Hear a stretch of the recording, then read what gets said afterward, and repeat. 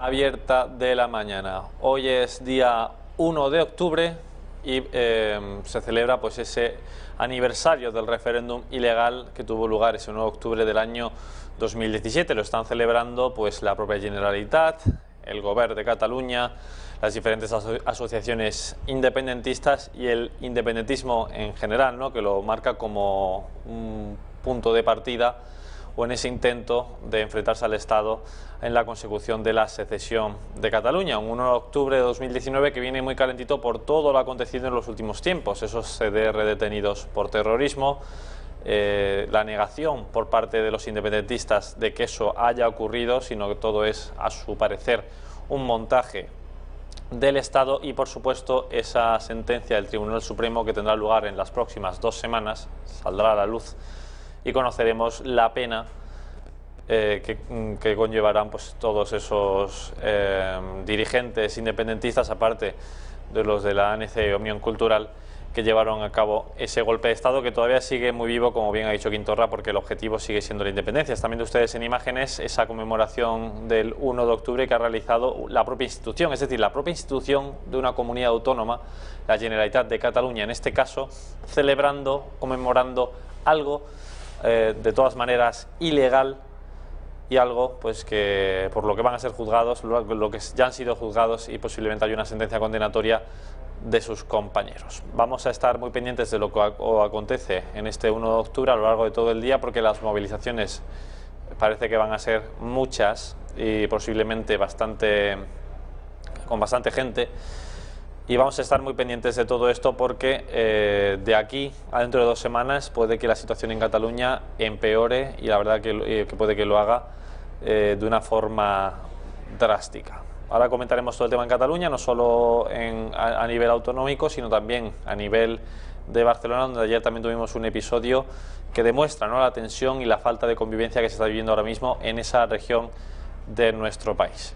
Sin más dilación, me gustaría que vamos con conexión en directo al Congreso del CEIP, que es este congreso que se celebra cada 2 años, para los presidentes de compañías españolas y compañías iberoamericanas, que está buscando en este año pues reforzar esa unión entre lo que es España y esos países iberoamericanos en el ámbito empresarial, además de afrontar pues todos esos retos en el futuro de las empresas y también de la industria. Está compareciendo en estos momentos como invitado especial el presidente del Partido Popular, Pablo Casado. Aznar paró el plan Ibarretxe de independencia del País Vasco, Rajoy paró el plan Puigdemont de independencia de Cataluña. Y a nivel internacional, ¿cuándo ha estado mejor vista España en sus países y en todo el mundo? Por tanto, la experiencia de gestión nadie nos la duda, ni siquiera la izquierda. Lo que hay que entonces dejar muy claro es que encima tenemos la capacidad de diálogo, de pacto y de desbloquear una situación que, por desgracia, tal y como analizábamos antes, ya pasa mucha factura a nuestras arcas públicas. Hablaba de Cataluña, si me permite, le voy a hacer una pregunta precisamente. En un día como hoy, ¿no?, estamos a 1 de octubre, estaban previstos movilizaciones. Afortunadamente, por lo menos hasta que hemos entrado en este foro, que ya no he tenido más contacto con la información, pero no está siendo el día, afortunadamente, muy complicado. Pero la situación con Cataluña, desde luego, hay que buscar una solución, ¿no? Sí, claro, hay que buscar una solución, y la solución tiene que ser dentro de la ley. ¿Pasa por el 155? Bueno, el 155 yo siempre he dicho que no hay ni que demonizarlo ni que sacralizarlo, es un artículo más de la Constitución, y a mí la Constitución me gusta desde el título preliminar hasta la disposición final. Por tanto, está para cumplirse. ¿Cuál es la diferencia del Partido Popular con el resto de partidos, incluso la de Pedro Sánchez, que curiosamente se está envolviendo en la bandera? Bueno, pues que nosotros somos creíbles porque ya lo hemos aplicado. Y que nosotros, además, lo que decimos es que hay que aplicarlo en el momento en el que el Tribunal Constitucional ha dicho que se puede aplicar. Me explico. El Gobierno del Partido Popular, ¿cuándo aplica el artículo 155?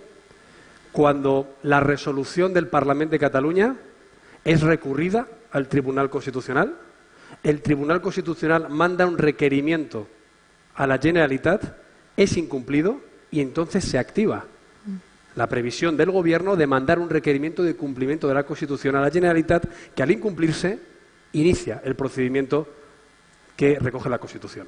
Ya sé que es muy complejo y muy proceloso, esto es la Constitución y la ley. Hasta que eso ocurra, nosotros que le hemos dicho desde ayer mismo a Pedro Sánchez, más allá de sus mítines, sus campañas y envolverse la bandera, que ya está tardando en recurrir las resoluciones del Parlamento del pasado jueves. El jueves dijo que iba a recurrirlas y aún no lo ha hecho. Hasta que eso no suceda, ¿para qué habla de lo que tiene que pasar después? En segundo lugar, que si quiere ser creíble y que le tomemos en serio, además de amenazar al Quim Torra, tiene que romper los 40 acuerdos de gobierno que tiene con él en 40 municipios de Cataluña, porque si no, lo que pasa es que no se le toma en serio. Y tiene que romper acuerdos en instituciones tan importantes como la Diputación de Barcelona. No es muy creíble que alguien que es investido por Quim Torra y por el señor Junqueras, lo recuerdo, Pedro Sánchez, a día de hoy, que no ha pasado ninguna investidura parlamentaria, tiene la legitimidad de una moción de censura que fue apoyada por Podemos, por el señor Torra y por el señor Junqueras. Es que se nos olvida. Por tanto, son a los que debe el cargo. Pues no parece muy lógico que nos fiemos de que alguien que debe el cargo a los independentistas vaya a poner orden contra los independentistas. Con lo cual, segundo tema, si usted quiere ser creíble, rompa sus acuerdos de verdad con aquellos que están alentando la violencia. Y tercera cuestión, hasta que nos planteemos el 155 después de esos incumplimientos. Cumpla la ley ya. ¿Qué leyes hay que cumplir? La que yo ya le recordaba desde Barcelona. La Ley de Seguridad Nacional, en vigor, aprobada por el Partido Popular. ¿Qué es lo que dice esta ley? Que cuando a los Mossos de Escuadra, los mandos políticos, les dan órdenes ilegales, como parece que están haciendo, porque ayer dimitió el director de los Mossos y han tenido que poner al jefe de gabinete del conseller de Interior, la Ley de Seguridad Ciudadana faculta al Gobierno de España a que coordine las fuerzas y cuerpos de seguridad del Estado, que no solo son Policía Nacional, Guardia Civil, sino también los Mossos de Escuadra, policías autonómicas y las guardias urbanas. Segunda ley que hay que poner en práctica ya, Ley de Acción Exterior. ¿Cómo es posible que el Partido Socialista esté haciendo mítines amenazando al señor Torra y la semana pasada el PSC se integró en el Diplocat, que son embajadas en sus países que están insultando a la democracia española? Oiga, aplique la Ley de Acción Exterior. Por cierto, fui ponente yo de esa ley, me la conozco bien, para cerrar inmediatamente Diplocat. Tercera ley en vigor que tiene que aplicar, la alta inspección educativa, acabe con el adoctrinamiento.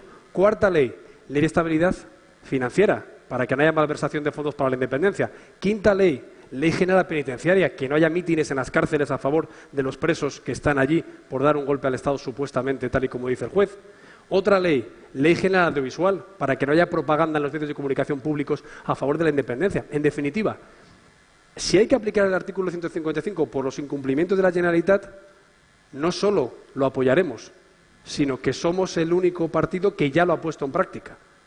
Pero el Partido Socialista pierde la credibilidad si no hace estas tres cuestiones que le hemos pedido. Y una última, que creo que es fundamental para todos. Por primera vez en la historia democrática de España hay un gobierno autonómico y un parlamento autonómico que justifica, alienta y defiende a grupos que estaban planeando atentados terroristas. Esto es la primera vez que pasa. Batasuna en el País Vasco nunca llegó a gobernar. Lo hace un partido de gobierno. Y es la primera vez que una agencia de inteligencia pagada con fondos públicos está participando en la preparación de sabotajes y atentados públicos, según dice el juez instructor de la Audiencia Nacional. Esto es de tal gravedad que creo que el Partido Socialista tiene que pasar del mitin a la acción. Y ya, sin más demora, tomar medidas, por ejemplo, en el próximo Consejo de Ministros del viernes.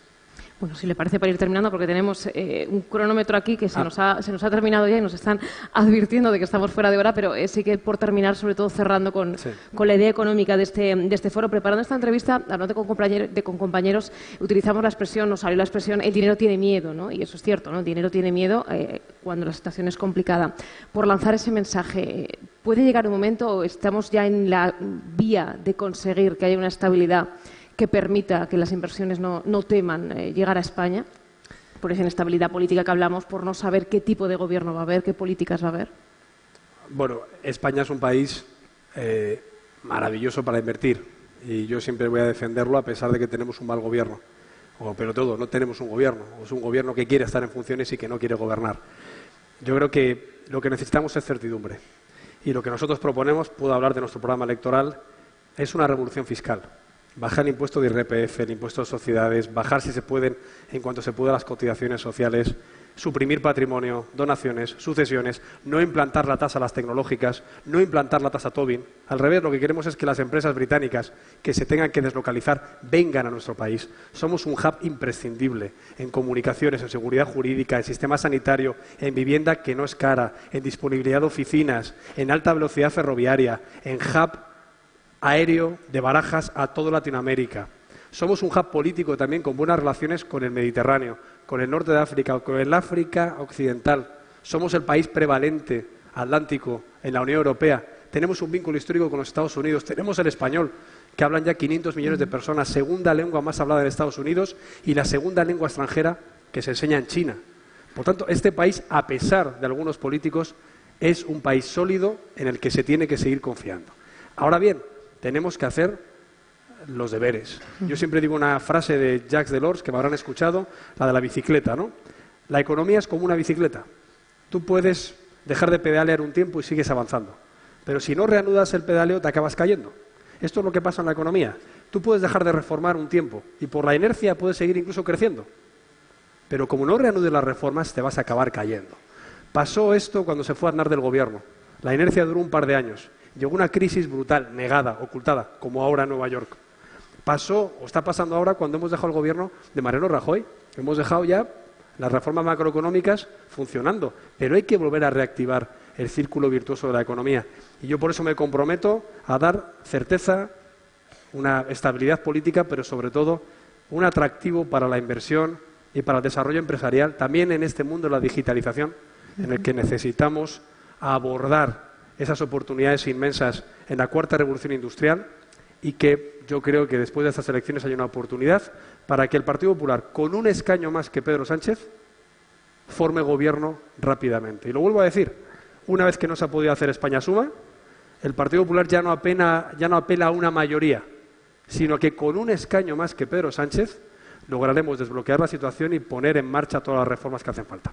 Pues con esos titulares me quedo. Gracias, Pablo Casado, un placer. Gracias, Lorena. Muchas gracias. Gracias.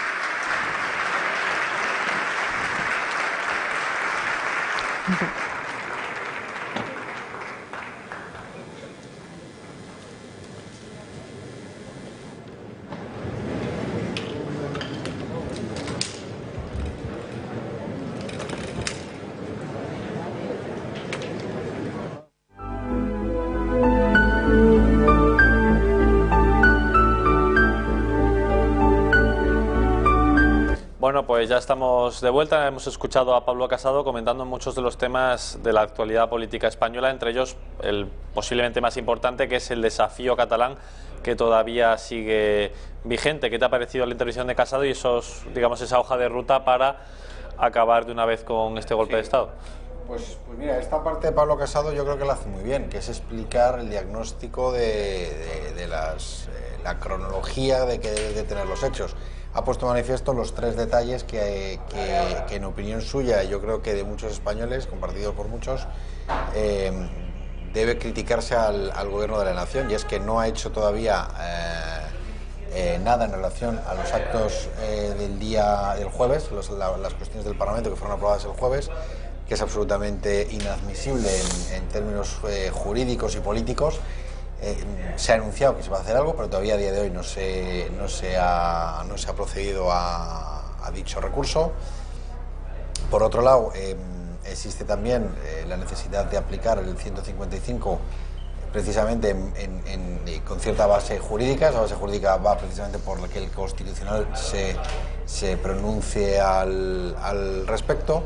Y desde luego ha dejado entrever una cosa que ahí sí es criticable al Partido Popular, no tanto a Pablo Casado, sí a Mariano Rajoy, que esta vez se aplique un 155 con una finalidad que no sea exclusivamente convocar unas elecciones, sino que sea con la finalidad de hacer esas 5 grandes reformas que requiere a nivel legislativo Cataluña, que es reformar el sistema educativo, que es que la policía pase a depender, al menos, no digo que desaparezcan los Mossos de Escuadra, pero que al menos orgánicamente dependan de alguna manera del Ministro del Interior, y que por tanto deban una lealtad al Estado, y las cuestiones sobre todo relativas a los medios de comunicación públicos, que tienen una participación directa en todo lo que es este entramado.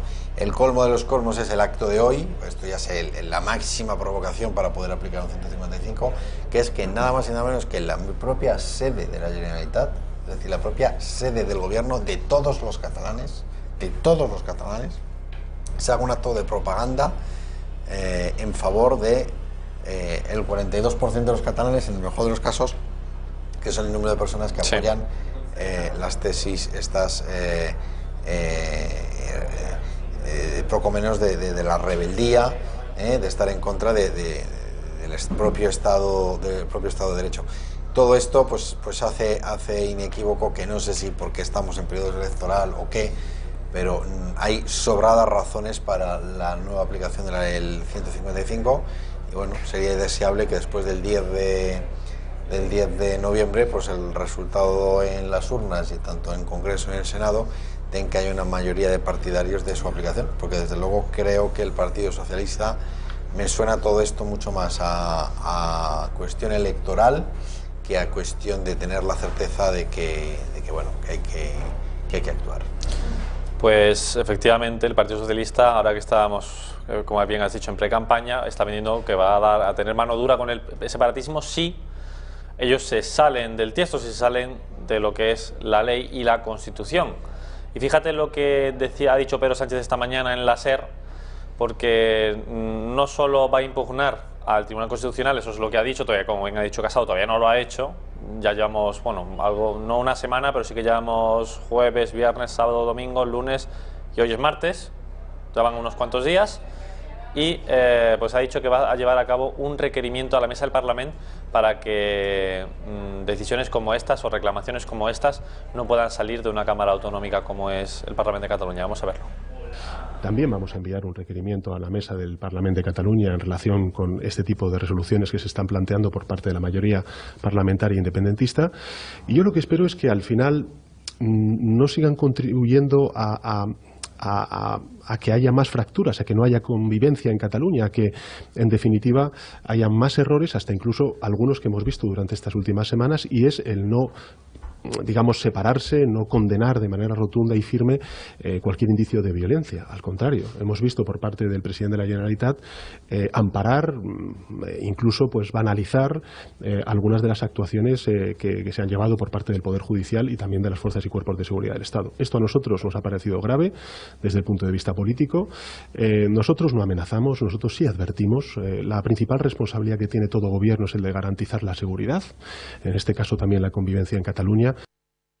Tal vez, Alfredo, habría que decirle al presidente que, bueno, que se deje de palabras, porque, bueno, evidentemente el discurso todos los españoles lo compartimos, pero falta un poco de acción, porque a Quim Torra, porque le digas mucho que debe de condenar o que debe hacer tal, no te va a hacer caso, sino que a lo mejor habrá que imponérselo. Sí, yo noto que este discurso lo enmarco en una estrategia, que es una estrategia que piensa, por un lado, en el cortoplacismo de los votos que pueda recibir el 10 de noviembre, y por otro lado el establecer una serie de puentes que permitan pactos con otras formaciones políticas, especialmente entiendo que Ciudadanos, pero incluso también Partido Popular, ¿no? Es decir, yo creo que está yendo a un mensaje en el cual pues dice, bueno, si ahora no sumo con Podemos o con Podemos y Más País, o si no sumamos por esa vía, parece que el único pacto posible va a ser con Ciudadanos y abstención del PP, o con Ciudadanos si Ciudadanos no hay una debacle electoral.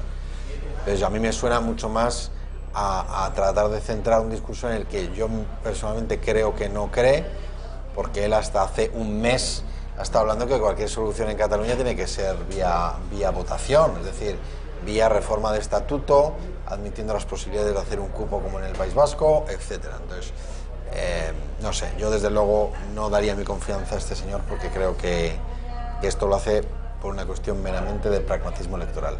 Sí, el discurso, como ya he dicho, ya lo compartimos todos, pero ese discurso tiene que estar sustentado por hechos, unos hechos que le avalaran como realmente un constitucionalista y el presidente del gobierno que defiende pues la convivencia en todo el país y que impere la ley, ¿no? Al fin y al cabo. Pues, Alfredo, han pasado muchísimas cosas en las últimas semanas en relación a Cataluña. Aquella vez que dijo Quim Torra que no iba a acatar la decisión del Tribunal Supremo, Tampoco obedeció a la Junta Electoral, va a tener un juicio en noviembre por ello. Tampoco obedeció al Tribunal Superior de Justicia catalán cuando le dijeron otra vez lo de los lazos amarillos por esa denuncia que puso una asociación llamada Impulso Ciudadano. Lo obligaban a quitarlo, él dijo que no. Luego sí, bueno, ya llegaron los Mossos, quitaron el lazo y propuso otra pancarta más o menos del mismo estilo. Luego con los CDR, que no se niegan a condenar esa violencia, dice que es mentira, que es todo una farsa. Luego además conocemos que las relaciones de Quim Torra con estos CDR son mucho más cercanas de lo que creemos, o que la propia hermana de Puigdemont pues tiene relación con los CDR y hace intermediaria entre el propio Puigdemont y Quim Torra. Es decir, una situación bastante complicada, pero claro, porque a ojos del Ejecutivo, en este caso de Isabel Celaá, aún no hay condiciones, no se dan las condiciones, no tenemos lo suficiente para que se aplique este artículo de la Constitución, el 155. Es decir, en este momento no se dan las circunstancias para la aplicación del 155 conforme a la sentencia del Tribunal Constitucional que nos hizo precisamente nos expuso con todo detalle cuál era la metodología para aplicarlo y en qué casos se aplicaba. Tenemos la sentencia, tenemos el artículo en la Constitución que conocemos y que nos dice que si se vulnera la ley o si se vulnera o se daña el interés general, será cuando se aplique. Y además tenemos la sentencia del Tribunal Constitucional. Por tanto, tenemos todo para saber cuándo aplicar. Hombre, que se hayan cometido ilegalidades ya se han cometido. Eso de echar a la Guardia Civil o de una declaración conjunta institucional de la propia Generalitat para pedir amnistía a los políticos presos, eso pues muy legal no parece. Sí, incluso el acto de hoy es un caso flagrante, es decir, utilizar una institución pública como es la Generalitat de Cataluña para hacer un mitin político, que es impensable que eso sea así. Claro, parte de la culpa la tiene el señor Pedro Sánchez también, que hoy mismo cuando hemos visto las imágenes de la entrevista en la cadena SER, estaba haciendo la entrevista desde el Palacio de la Moncloa. Cuestión que en todo caso, pues no sé, hasta Rajoy, que fue un presidente nefasto, no se le ocurría hacer este tipo de cosas. Es decir, la separación de él tiene la obsesión por Iván Redondo, su asesor, que tiene que mostrar su imagen presidencial, y entonces pues eso, concede hasta las entrevistas y hace los anuncios públicos de tal. Pues claro, ahora nos quejamos que se utilice la Generalitat también para un fin que no es el propio de la representación institucional de todos los catalanes. Y ya no solo para hacer mitin político desde la Generalitat, sino también hacer una conmemoración de algo que fue ilegal. Claro. Y algo por el que pueden caer penas muy importantes como 25 años por rebelión. Es que no es... Sí. De hecho, la única cosa que quizá hace que no haya ilícito penal es que todavía no hay una sentencia. Pero desde luego ese mismo acto dentro de un año sería apología del delito. O sea, de la rebelión, por ejemplo, ¿no? Claro. Pero vamos, como si es sedición o como si es malversación de fondos, que me da igual la condena que tengan. Quiero decir, es algo que un tribunal, nada más y nada menos que el Supremo, con 12 señores en una sala, han decidido condenar a estos delincuentes. Entonces no veo razón de ser para que se haga un acto de apología nada más y nada menos que desde la casa común de todo el mundo, incluida la casa del juez instructor que está empadronado en Lérida. Es decir, que no sé, me parece muy poco aceptable, desde luego. Bueno, vamos a seguir ahondando en este relato que está viendo el independentismo, de que todo es una farsa y que todo es un movimiento más del Estado para criminalizar de alguna forma, para relacionar la violencia que puede o no existir a sus ojos con el independentismo. Me gustaría que escucharan primero a Marta Vilalta, que es la portavoz de Esquerra Republicana, y a continuación a la otra parte del independentismo, a Junts pel Cat, en este caso a Laura Borràs, que también habla sobre esa supuesta reunión que tuvo lugar el 15 de septiembre de 2018 entre la hermana de Puigdemont, los CDR, en esa conexión con Torra. Vamos a ver. Hoy hemos venido aquí para decir basta. Basta de la criminalización al movimiento independentista, basta de las mentiras y basta también de las amenazas que estamos sufriendo. Decimos basta a la criminalización que está sufriendo el movimiento independentista, y en este caso interpelamos directamente a Pedro Sánchez, pidiéndole una rectificación de forma urgente. Exigimos que deje de vincular el independentismo con terrorismo. Que cese, por lo tanto, que pare ya esta campaña de criminalización y que deje de ser Pedro Sánchez el portavoz de la derecha.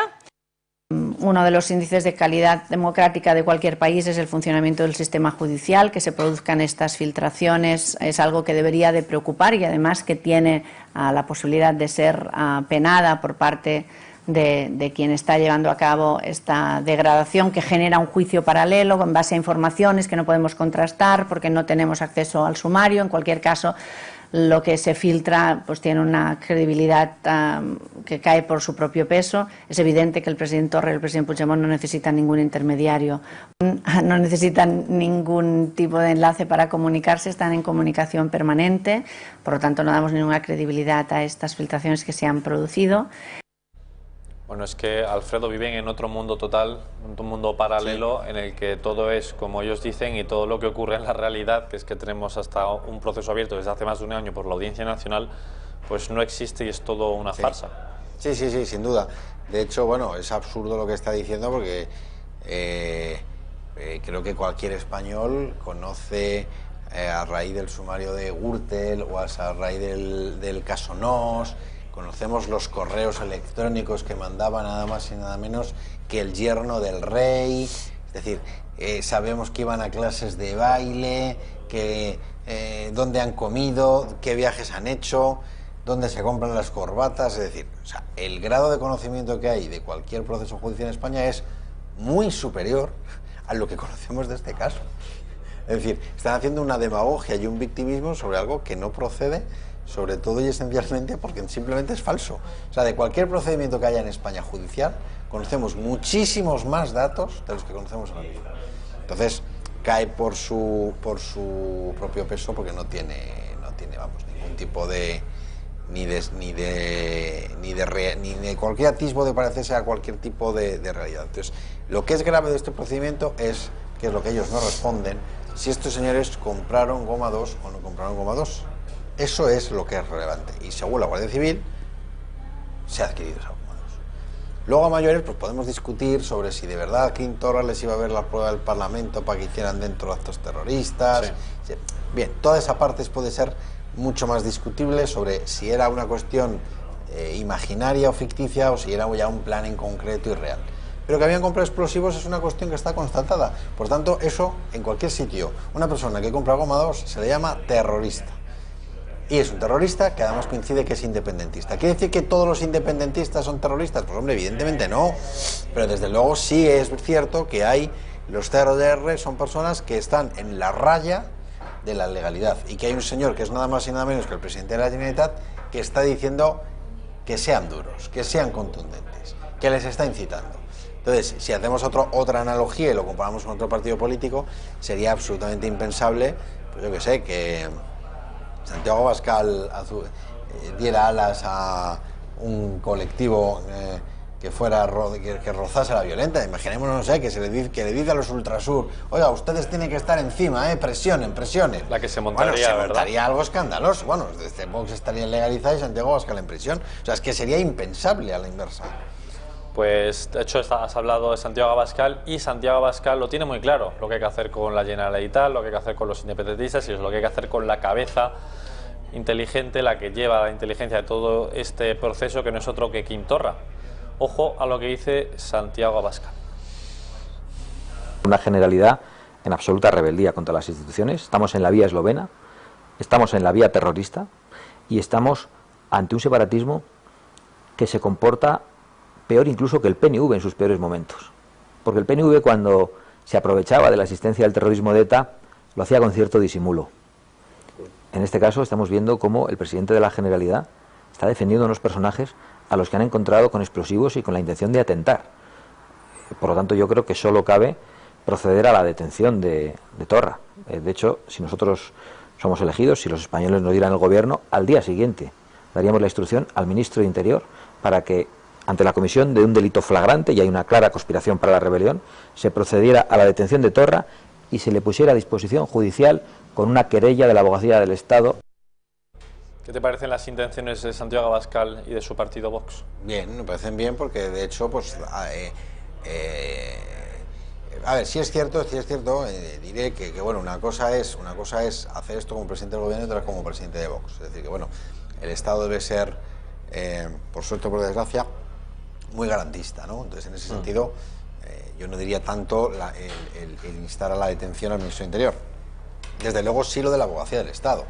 Que inicie un procedimiento contra él con una querella y en tal caso, evidentemente, que sea el juez quien decida si tiene que ir a prisión provisional o no, dependiendo de, pues, bueno, de lo que él considere encima de la mesa. Teniendo en cuenta los antecedentes que el anterior delincuente, que fue presidente de la Generalitat, huyó a Bélgica, pues existen muchos indicios de que tenga que ir a prisión. Pero desde luego yo no creo que en el fondo sí puedo decir que estoy 100% de acuerdo con Santiago Abascal en la idea, sobre todo, de que a Quintorra hay que tomar ya medidas, que la justicia actúe y si debe ser detenido, que sea detenido, y si no debe ser detenido, pues que no lo sea. Pero desde luego, cuando menos judicialmente, se debe actuar contra él. Es que son cada vez más radicales, ¿no? Pujol, Mas, cada vez un poquito más radical, luego Puigdemont y ya, bueno, ya llega Torra, que es el más radical de todos. Y seguramente si es que finalmente tiene que sustituirle a alguien, pues será todavía peor. Será más amigo del desacato, sí, de la desobediencia y de, al fin y al cabo, no cumplir la ley. Y que al fin y al cabo, si no cumples con la ley en un país democrático, pues no estás cumpliendo con la democracia, que es, al fin y al cabo, de lo que tanto hablan, ¿no? Democracia, democracia, democracia, pero sí, luego solo cuando a ellos les interesa. Sí. Vamos a ver otra declaración que también ahonda un poco más en este relato separatista de que no quiere que de ninguna forma, a pesar de los hechos, se relacione al independentismo con la violencia. Vamos a escuchar a Gabriel Rufián, diputado de Esquerra Republicana en el Congreso de los Diputados, que ha estado esta mañana en los desayunos de Televisión Española. Lo que pedimos, de hecho, lo pedimos desde el minuto 1, me parece que es lo que debería ser la comparecencia de Marlaska, para que dé información, para que dé explicaciones. Y Marlaska lo único que nos dice es que no, o un silencio bastante cómplice, ¿no? Nosotros, repito, condenamos la violencia y sobre todo lo que no hacemos es apuntarnos a un relato bastante soez que quiere vincular un proceso, un movimiento político pacífico con la violencia. El presidente dice que comparezca Marlaska para hablar un poco más de esta operación Judas de la Guardia Civil, pero claro, es una operación que todavía sigue abierta, es decir, incluso se preveía que pudiera haber más detenciones. No puede salir un ministro a destrozar la operación, que claro, se tiene que llevar con cierto secreto para no ahuyentar a los posibles delincuentes. Sí, mira, en esta casa hace ya unos cuantos meses, en una entrevista a un pata negra de estos independentistas, un ser terrorífico, pero mucho más, no voy a decir honesto, pero desde luego sí, por lo menos más simple a la hora de explicar las cosas que Torra y toda esta gente, ¿no? Entonces, él asumía que por la vía pacífica nunca iba a haber independencia. Es decir, él asumía que evidentemente cualquier país que haya conseguido independencia siempre es con un brote, con un repunte de una cuestión de violencia, que puede ser provocada por el Estado, que puede ser provocada por ellos o que puede ser provocada por lo que sea. Entonces, ¿ellos qué buscan? Pues me creo que haya grupúsculos independentistas que busquen que haya violencia en las calles, que haya la necesidad de una intervención mucho más contundente de la de 155 porque hay incluso vidas en juego y que por tanto esa es la manera de conseguir independencia. Es que probablemente ese señor, aunque me parece atroz lo que está diciendo, tiene toda la razón. O sea, nunca se va a conseguir de una manera voluntaria. Dice, pues mira, aquí nos damos las manos, tú te vas para aquí, yo me voy para allá, encantado de haberte conocido y vamos a hacer una cena de despedida. No, miren, las cosas no funcionan así. O sea, nunca va a ser de esa manera. Por lo tanto, yo creo que efectivamente, sí creo que esos grupúsculos de excesiva radicalidad son conscientes que sin Goma 2 no va a poder haber independencia. ¿Crees que entonces el movimiento ya se ha dado cuenta de que por la vía del diálogo, como ellos la llaman, ¿no? aunque luego la declaración de independencia fue unilateral, no contamos con el Estado, con el poder central? ¿Crees que ya se han dado cuenta que eso tiene que ser por la violencia y ya van a tomar este camino sin...? A ver, yo digo que hay grupúsculos de independentismo que me creo absolutamente que eso sea así, porque eso, por otro lado, tiene una cierta lógica. La vía eslovena de la que estamos hablando, no olvidemos que era una revuelta civil en la calle, que fue una revolución donde murió gente, ¿eh? Y mucha, además. Es decir, yo creo que todo el mundo es consciente, o algunas personas son conscientes, que esta parte idílica del pacifismo Gandhi, de que piensan de que nos vamos a dar un abrazo y así al día de mañana se despiertan en un estado independiente, pues esa posibilidad no va a existir nunca. Por tanto, yo creo que sí es verdad que hay gente que aboga pues por una vía que tiene que ver con eso. Cuestión distinta es, ¿qué cree Torra? Pues hombre, yo viendo la radicalidad de Torra me puedo creer que también lo comparta, sinceramente. Porque veo que es una persona que está muy... en esos mundos, en un mundo muy de la radicalidad. O sea, hay que decir, ha habido vídeos suyos con su familia pasando peajes en los que se negaba a pagar. O sea, hay que decir que ha sido un activista que ha ido más allá de poner un tuit a favor de la independencia. No, ha sido un tío activo del...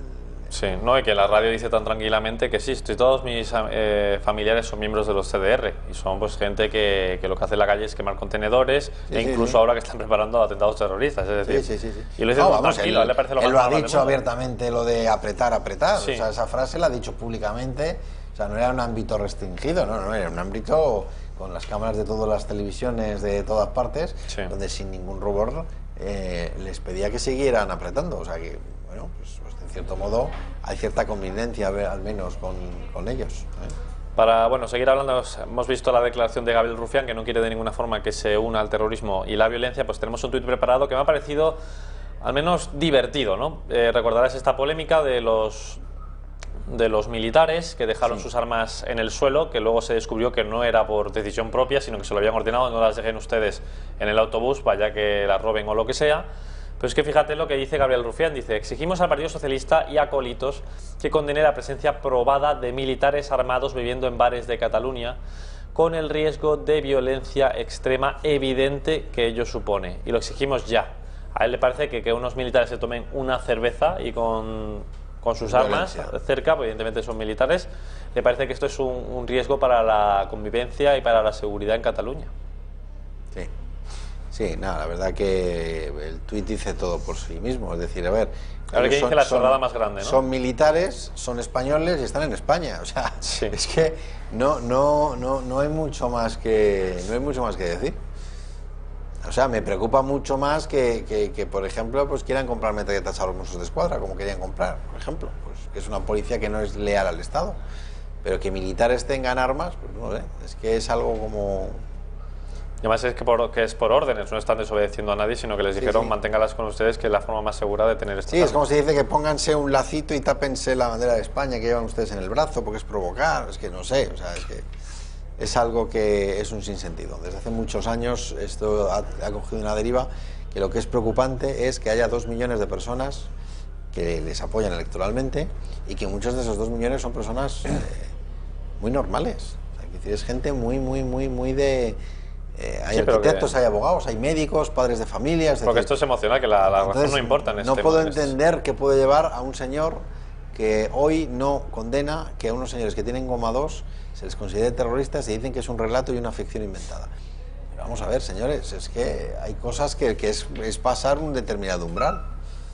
Bueno, para ir terminando, Alfredo, me gustaría que viéramos una encuesta que conocimos a principios de esta semana de La Voz de Galicia, una encuesta en la que le daban la mayoría absoluta al bloque de izquierdas siempre que Partido Socialista, Unidas Podemos y Más País se pusiesen de acuerdo. Tú, como analista político, ¿le ves algo de fiabilidad a esta encuesta? Porque, bueno, es que el Partido Socialista cae un poco, pero es que Podemos no cae nada y de repente se sacan de la chistera el bloque de izquierdas 19 diputados para Más País, mientras que la derecha pues simplemente hay un trasvase de votos de Ciudadanos a Partido Popular y Vox más o menos mantiene el tipo. Sí. Yo creo que ahora mismo el peor trabajo del mundo es ser a día de hoy, ¿no? Porque es muy complicado con 6 partidos, muy complicado, y luego sobre todo es también a ver, esta encuesta en concreto es absurda porque hoy acaba de anunciar Más Madrid que se presenta en 15 provincias. Es decir, no sé cómo el encuestador 19, sabía en qué provincias se presentaba y en cuáles no. Entonces no sé exactamente, porque puede darse el caso que atribuyan a algún diputado a Más Madrid por alguna provincia donde la que ni siquiera se van a presentar. Entonces, bueno, resulta un poco extraño. Lo que, hombre, sí es cierto que la sensación que da un poco la calle es que el Partido Popular se va a recuperar. No sé si recuperará 10, 15, 20, 50, pero bueno, parece alguna que recuperación. Parece que Vox baja un poquito, pero más o menos mantiene el tipo, y quien baja con estrépito es Ciudadanos. a mí aparentemente me resulta creíble. Yo creo que Ciudadanos tiene una sangría por la izquierda y por la derecha, y eso es lo peor que te puede pasar, que eso es lo que le ha pasado al Partido Popular, y por eso tuvo la debacle electoral, porque una parte se le va por la derecha a Vox, otra parte se le va por la izquierda a Ciudadanos. Eso mismo le está pasando a Ciudadanos, una parte yo creo que se le está yendo al PSOE y otra parte se le está yendo al Partido Popular otra vez, o incluso alguna a Vox, porque yo creo que esta política de los pactos no ha gustado mucho. Entonces, me resulta creíble por la parte derecha más o menos lo que dice esta encuesta, no sé los números porque eso es muy complicado de saber. La parte de la izquierda aparentemente me resulta menos creíble, porque ya te cuenta que estaríamos hablando que la suma de Unidos Podemos y Más Madrid separados son 60. Es decir, que digamos que son juntos serían casi 70, serían 75, es decir, que me resulta un poco exagerado.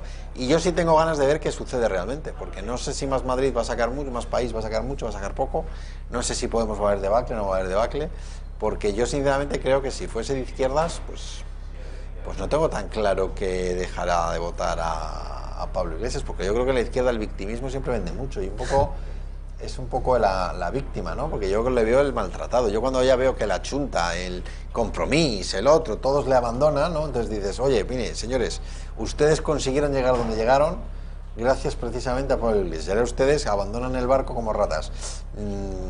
No tengo claro que vaya a haber tanta debacle en Podemos.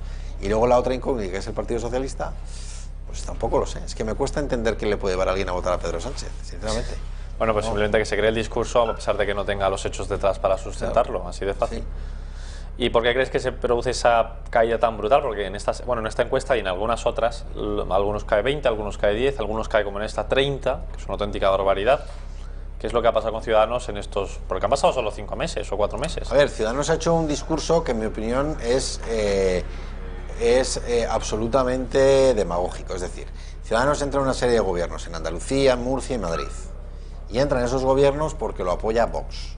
Sin embargo, el enemigo público número 1 de Vox es Ciudadanos, al que dice que no quiero saber nada de él. Hombre, no quiero saber nada de él, no.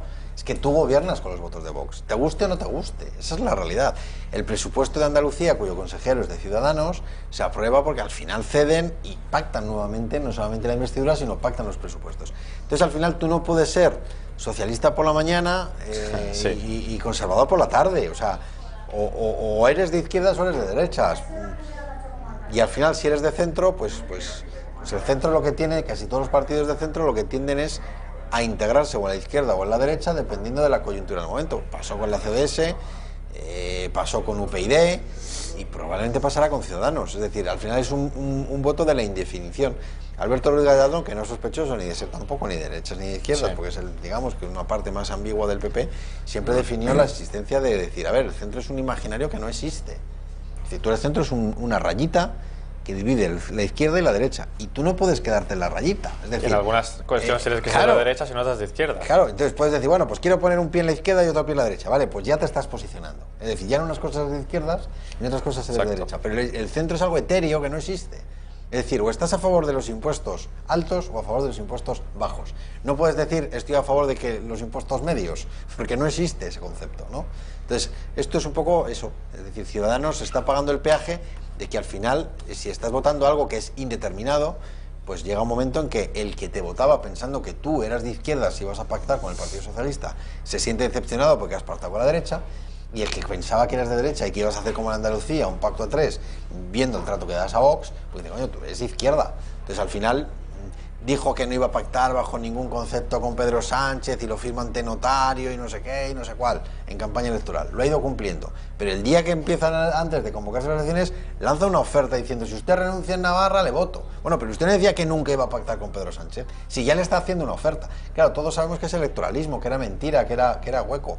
Pero ya estás haciendo electoralismo. Entonces, al final Ciudadanos es eso, que ahora en Castilla y León tienen un candidato que es... él quería pactar con el Partido Socialista y no lo han dejado, o sea, pactar con el Partido Popular. Entonces, ¿qué es lo primero que quiere hacer en Castilla y León? Pues lo primero que ha dicho que quiere hacer es una ley de diversidad sexual en Castilla y León. Vamos a ver, señor, pero usted sabe de qué es presidente de la comunidad autónoma, que aquí la gente, hay 1.800 municipios de pueblos que lo que quieren es que se resuelvan sus problemas de la DSL que no tienen, lo que quieren es que haya transporte, que un médico vaya a su pueblo, pero todo su problema es la ley de diversidad sexual. en una comunidad donde no existe ninguna demanda ni ninguna necesidad de aprobar ninguna ley de diversidad sexual. ¿Y por qué lo hace? Porque su conciencia ahora tiene que demostrar que es de izquierdas, porque en el fondo es lo que es. Entonces, para demostrarlo tiene que hacer eso. Entonces, eso es una situación perversa que hace que Ciudadanos al final, pues en los momentos que tienen que definirse, pues genera decepción. Ya sea un lado o en el otro. Porque claro. a unos o a otros les va a decepcionar. Y lo que es más grave, cuando ya te quedas solo y empieces a bajar, yo creo que el Partido Popular, esa gran mayoría de votos lo va a recuperar. Lo irá recuperando paulatinamente. Y de hecho, en mi opinión, lo mejor para este país es que exista una derecha más o menos sólida electoralmente, que la puede reencarnar Pablo Casado y el Partido Popular, y que exista una derecha alternativa que también sirva de amarre de valores, que sirva de amarre de leyes al nivel legislativo, que diga esas cosas que por moderación el Partido Popular no puede decir. Entonces yo creo que ese tándem Vox-Partido Popular, cara al futuro, pues es lo que sería deseable. Pero claro, al final pactar con un partido como Ciudadanos que no te puede traicionar en cualquier momento. ¿Quién se puede fiar de Ciudadanos? Ni Pedro Sánchez ni Pablo Casado se pueden fiar de él. Porque ¿qué va a hacer? Pues depende de la aritmética. Hará lo que dependa de la aritmética. Cada día va a decir una cosa. Ahora hará una encuesta. Ahora quiere hacer la moción de censura en Cataluña. O sea, usted que no presentó la investidura cuando tenía que haberla presentado, con Inés Arrimadas, ahora quiere hacerla. ¿Y sabes por qué quiere hacerla? Porque las encuestas dicen que cae. Entonces, como las encuestas dicen que cae, le dice, pues ahora hago una moción de censura. Hay que reavivar esa lucha, ¿no? Entonces, es que no tiene ningún sentido. Es un partido que al final pues se nota lo que es, que han venido a regenerar la nada. Y entonces, sinceramente, pues creo que, como digo, a mí me parece que la derecha de Vox y Partido Popular es el estado perfecto, y que Ciudadanos, pues mira, si no se define venir a un bloque, pues que se vaya al otro, o que se quede sin ser de ningún bloque. Pero lo que no puede ser es querer gobernar en un sitio con unos y en otro sitio con otros. Efectivamente va a tener que remar muchísimo Ciudadanos para que en esas elecciones del 10 de noviembre pues no sea un desastre y volver a lo de los años anteriores, ¿no? A esos 30 diputados, claro, en vez de estos 57 que fueron ese resultado tan bueno que tuvieron en las últimas elecciones. Alfredo Fernández, mil gracias por estar aquí en la redacción abierta de la mañana aportando este análisis. Nos vamos a ir a publicidad y a la vuelta pues continuamos hablando de actualidad política.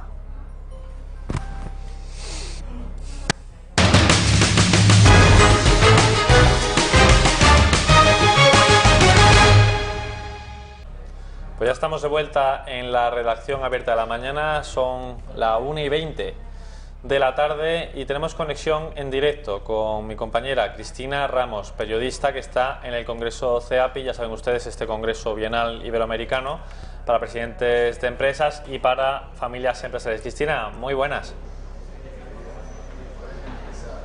Muy buenos días, Miguel. Te acompaño en esa redacción abierta de la mañana, esta vez no desde la redacción, pero sí, como decías, en este tercer Congreso Iberoamericano de CEAPI, un evento, como decías, que busca tender puentes entre las empresas españolas e iberoamericanas. Por aquí, durante toda la mañana, hemos escuchado, han pasado numerosos rostros conocidos, políticos, empresarios.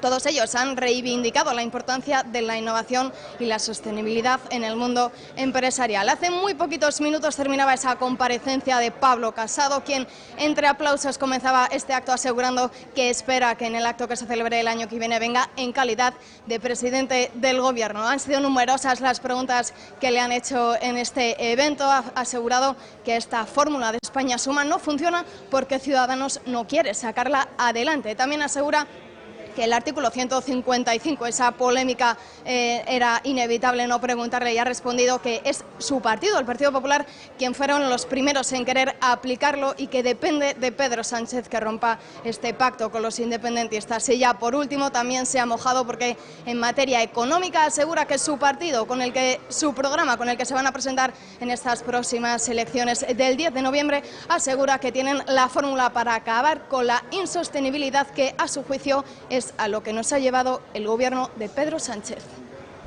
Bueno, Cristina, muchas gracias por esta primera reflexión acerca de este Congreso CEAPI. Tendremos conexión contigo un poco más adelante para que nos vayas contando las declaraciones de los diferentes políticos de relevancia que han ido pasando por el micrófono de esta casa, por el micrófono de Intereconomía. Mil gracias. Gracias. La actualidad política, y uno de los temas de los que tenemos que hablar es ya en materia local, en materia de la capital de Madrid, y es nosotros que Madrid Central. Madrid Central, que ha sido rebautizado por José Luis Martínez Almeida como Madrid 360.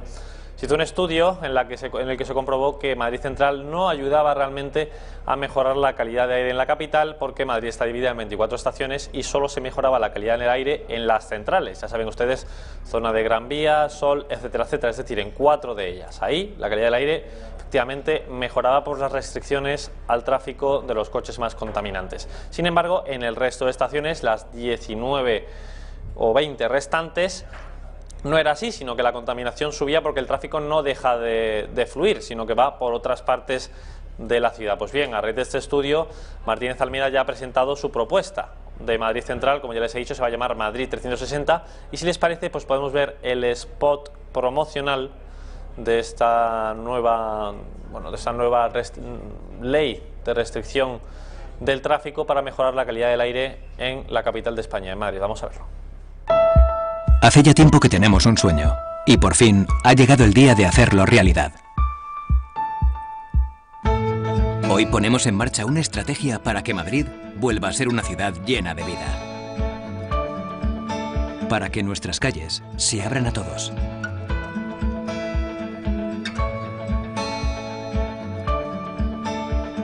Un plan para que las distancias no existan.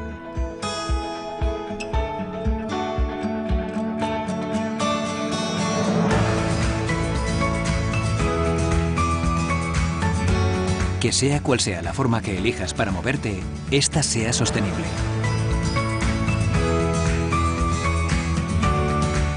Un plan que no deja a nadie fuera.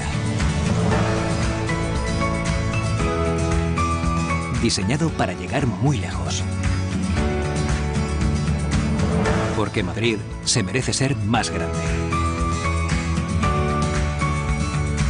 Más sostenible. Más accesible. Más eficiente. Más inteligente. Y más saludable.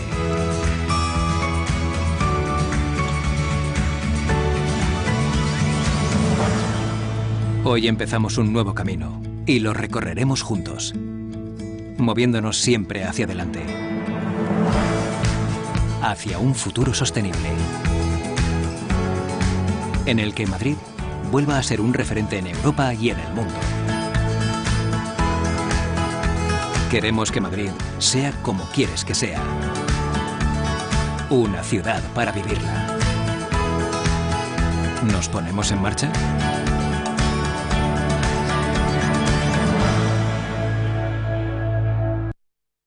Vamos un poco de memoria, porque Martínez Almeida, el alcalde de la ciudad de Madrid, prometió 1000 veces durante la campaña que iba a acabar con Madrid Central, y poco a poco pues esa idea de acabar con Madrid Central ha ido cambiando hasta proponer un nuevo plan que sea más eficiente. Hemos podido ver en ese vídeo como, por ejemplo, este nuevo plan sí que contempla el acabar con esas calderas de carbón, que son de lo más contaminantes de la ciudad. Pero claro, seguimos, puede que el problema de la contaminación sea más a nivel estatal. Tenemos un parque automovilístico muy antiguo, más de 12 años de edad, es decir, que los coches que circulan actualmente por nuestras carreteras son de 2007, la mayoría de ellos de media, y son muy contaminantes. Ese es el gran problema, porque los coches que se venden actualmente pues sí que son muy eficientes energéticamente y muy limpios. Por lo tanto, tampoco se entiende a lo mejor esa guerra del gobierno socialista contra el diésel, que ha hecho que la economía de los concesionarios o de los fabricantes pues se vea muy afectada. Han caído muchísimo las ventas de esos coches, pero también en general la venta en general de vehículos gasolina y diésel. Por lo tanto, no tiene tampoco mucho sentido que se quiera dar un paso directamente a las fuerzas, a las energías totalmente limpias, como por ejemplo los eléctricos, que ni siquiera representan un 1% del parque automovilístico español, y no se podría producir ese cambio para tener un parque automovilístico en el que solo hubiera coches de energías eléctricas. Por lo tanto, habría que seguir invirtiendo para fomentar la venta de coches modernos, que son, como ya digo, muy poco contaminantes, se ajustan totalmente a las regulaciones de la Unión Europea, y ir achatarrando esos coches antiguos, porque son el gran problema de esa contaminación, y lo que hace que el parque automovilístico pues represente más o menos el 30% de la contaminación a nivel estatal. Pues bien, Estas nuevas medidas que ha llevado a cabo Martínez Almeida, a pesar de que no está cumpliendo con lo que dijo en sus promesas electorales, evidentemente no han gustado en absoluto a la izquierda, y vamos a escuchar, si les parece, a Pepu Hernández, que es el portavoz del Partido Socialista en el Ayuntamiento de Madrid, que dice que esto no cuadra con lo que ordena la Unión Europea. Un cierto despropósito, ¿no? El invitar a los coches a que entren en Madrid de cualquier manera en algunos casos, y creo que esa invitación yo creo que es uno de los grandes problemas que va a tener este plan, ¿no? Yo creo que se está desafiando a la Unión Europea y se está desafiando también al Gobierno de España, que está tomando determinadas decisiones sobre el problema de la contaminación, y creemos que bueno, hay que conocer, vuelvo a insistir, conocer en profundidad estas medidas, pero la imagen que se está dando es de poco control, demasiada afluencia de vehículos. Por supuesto que aprobamos las medidas con respecto al transporte público, sin ninguna duda, pero creemos que son insuficientes en todo caso. Lo cierto es que ese plan que tiene Almeida de desmantelar Madrid Central se lo paró la justicia, y también le dio un tirón de orejas a la Comunidad de Madrid y a la capital, la Unión Europea, pero vamos, yo creo que sí que el buen hacer del Partido Popular y de Ciudadanos pues conseguirá que se reduzcan esas emisiones, por lo tanto tendrá el ok, ese vale de la Unión Europea, y no como dice pues el señor Pepu Hernández. Sin más dilación, vamos a volver a ese congreso de CEAPI, donde ahora se está hablando, ya hemos escuchado a Pablo Casado antes hablar bueno, de economía, pero también de la cuestión de unidad territorial del país y cómo hay que enfrentar al independentismo, que cada vez se está radicalizando más, por si no fuera poco, como ya se está radicalizando antes. Pero vamos a volver al tema central de este congreso, que no es otro que la unión de Iberoamérica y España en materia de empresa y también la situación económica de nuestro país. Vamos en directo. Ha ganado la lotería, supuestamente, y que él había ido a la casa de su jefe para echarle estiércol en el jardín. Y había gastado $200.000 en estiércol para ponérselo en el jardín a su ex jefe, ya que él había ganado la lotería. Por supuesto, es completamente falsa la historia. Sin embargo, fue compartida más de 2.5 millones de veces. O sea, tuvo una repercusión enorme y todo el mundo creyó que fue verdad. La peor de los muchos ejemplos que usó The New York Times para esta historia fue una, quizás también la hayan leído, de una mujer que supuestamente estaba demandando a Samsung porque ella decía que se le había quedado trabado el teléfono en la vagina. Esa historia fue repetida y compartida más de 1.5 millones de veces. Y las personas se creen estas historias, se las repiten, las comparten. Esas suenan sencillas, pero si es la empresa de uno de ustedes, es preocupante. Si ustedes son Samsung, ¿cómo responden a esa historia tan ridícula y tan alarmante? Pero los señores que estaban aquí hace un momento hablando de sus empresas y la digitalización, del consumidor que está totalmente comprometido con el mundo de las noticias sociales y de las comunidades sociales, también pueden ser víctimas, porque igual que dicen que están hablando si les gusta o no les gusta un menú, si reciben una desinformación, que ha pasado con respecto a restaurantes, a productos, empiezan a compartirlo y se crea en viral. Y es un problema serio para todas las empresas que están aquí presentes. Y lo que acabo de mencionar son las notas tontas, las estúpidas, las que parecen de dar asombro o que uno se ríe de esas historias. El problema más real son aquellas que utilizan un poco de verdad y tergiversan la realidad para crear un momento de duda. Y esa duda es la que para ellos puede ser dentro de un marco de formato serio que alteran y confunden la verdad. La Universidad de Oxford lleva un estudio profundo desde el 2016 con la elección de Donald Trump y el Brexit, y lo peor ha sido que la desinformación por grupos como Cambridge Analytica, no sé quiénes hayan visto el documental The Great Hack que está en Netflix, se las recomiendo, entraron en el detalle en Oxford de cómo es que han utilizado estos algoritmos, la misma inteligencia artificial que se ha creado para ayudar a nuestras vidas, también puede ser una herramienta negativa. Cómo ellos utilizan esta inteligencia artificial, los algoritmos, los bots, cómo utilizan todos estos momentos para manipular la información y crear falsedades que después influyen en las acciones de las personas. Se ha visto que los métodos cada día son muchísimo más sofisticados y se han utilizado recientemente en Hong Kong, en Zimbabue, en Guatemala, en Vietnam, en Etiopía, etcétera, etcétera, etcétera, incluyendo en España. Yo digo siempre que hoy en día se han profesionalizado. El proceso de la desinformación está tan sofisticada que existen cibertropas que son contratadas especializadas para utilizar bots, para amplificar el mensaje, para usar troles. Son personas que entrenadas en el mismo periodismo y que utilizan estos métodos para poder...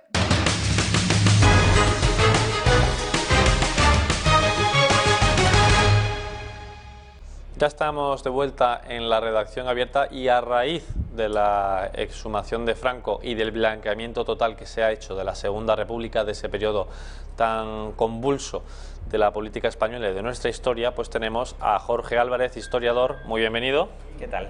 Para hablar de este otro bando, porque el único bando del que se habla es el bando nacional o de la España de Franco, pero a la Segunda República no se le hace mención casi, y cuando se le hace pues es para alabarla o por ejemplo para reivindicarla, como ha hecho el propio presidente del gobierno. Jorge, para ir un poco cronológicamente, ¿qué te parece si empezamos? ¿Cómo se origina la Segunda República? Y luego ya vamos viendo cómo fue de convulso este tiempo, porque la verdad es que los espectadores, cuando les enseñemos los datos, se van a caer de espaldas. Sí, yo estoy convencido de que una de las grandes sorpresas que se puede llevar la gente es cuando descubra que ese periodo que se nos ha vendido de la Segunda República como un periodo de democracia y de experiencia, de progreso y de modernización en España, fue realmente el periodo más convulso del ya muy convulso, ¿no? El principio del siglo XX en España. Y por lo pronto, como decías, ¿no? Yendo desde el principio, yo creo que hay que decir que la República empieza con una ilegitimidad, y son las elecciones de 1931. Porque la República, cuando se proclama en abril del 31, es porque hay unas elecciones municipales. Esto no es un referéndum, no es una elección general ni siquiera, son unas elecciones municipales en las cuales ni siquiera el total de votos, sino solo los votos de las ciudades más importantes y capitales de provincia ofrecen un resultado favorable a los partidos republicanos. Esto lo que produce es que los partidarios de la República salgan a la calle, tomen al asalto los consistorios de muchas de las grandes ciudades de España y proclamen de forma unilateral la República, en lo cual es una flagrante ilegalidad. Lo que ocurre es que Alfonso XIII va a decidir abandonar el país antes que enfrentarse a una guerra civil en contra de los consejos que le daban algunos de los miembros de su corte, como el general Cavalcanti, pero él decide que no merece la pena entrar en un enfrentamiento civil y prefiere irse del país antes que desatar el conflicto. Pero digamos que en el 31, por lo tanto, España se ve abocada a una república porque una serie de partidos políticos la han proclamado unilateralmente en base a unos resultados muy dudosos. Sí, o sea que solo en las grandes urbes, digamos, se apoyaba el cambio a la República, esta Segunda República, mientras que en el resto de España, a lo mejor en los sitios más pequeños, pues la gente era monárquica, ¿no? Sí, es cierto, ¿no? Y esto, que se ha estudiado mucho, que el voto en el campo en esta época estaba lastrado por el problema del caciquismo, y era que las elecciones en esta época tenían muy pocas garantías y muchas veces el voto del campo estaba grandemente controlado por las élites locales. Entonces se decía que el voto verdaderamente legítimo era de la ciudad. Ahora bien, ¿cuál es el mecanismo por el cual automáticamente el hecho de que las ciudades reflejasen un resultado ligeramente más republicano que monárquico implicaba automáticamente que tuviese que proclamarse la República? Eso no existía en ningún punto. Sencillamente se produjo una toma del poder, un asalto al poder por parte de los partidos republicanos.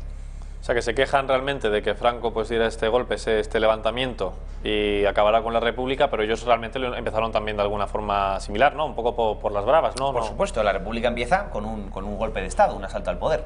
Y luego tenemos en la República como diferentes fases, y cada fase va siendo un poco más complicada y más tensa. Sí.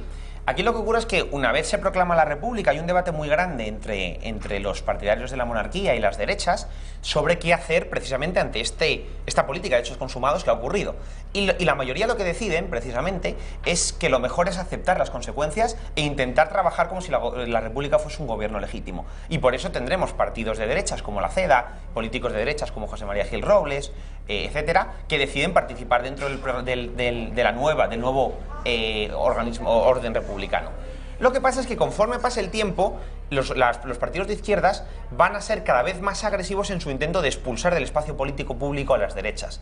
Y rápidamente la derecha se va a dar cuenta de que esta idea de que una vez caído el rey se podía construir una república para todos es mentira. Es decir, la expulsión del rey implicaba el monopolio del control político por parte de la izquierda y la completa exclusión de los ámbitos públicos de la derecha.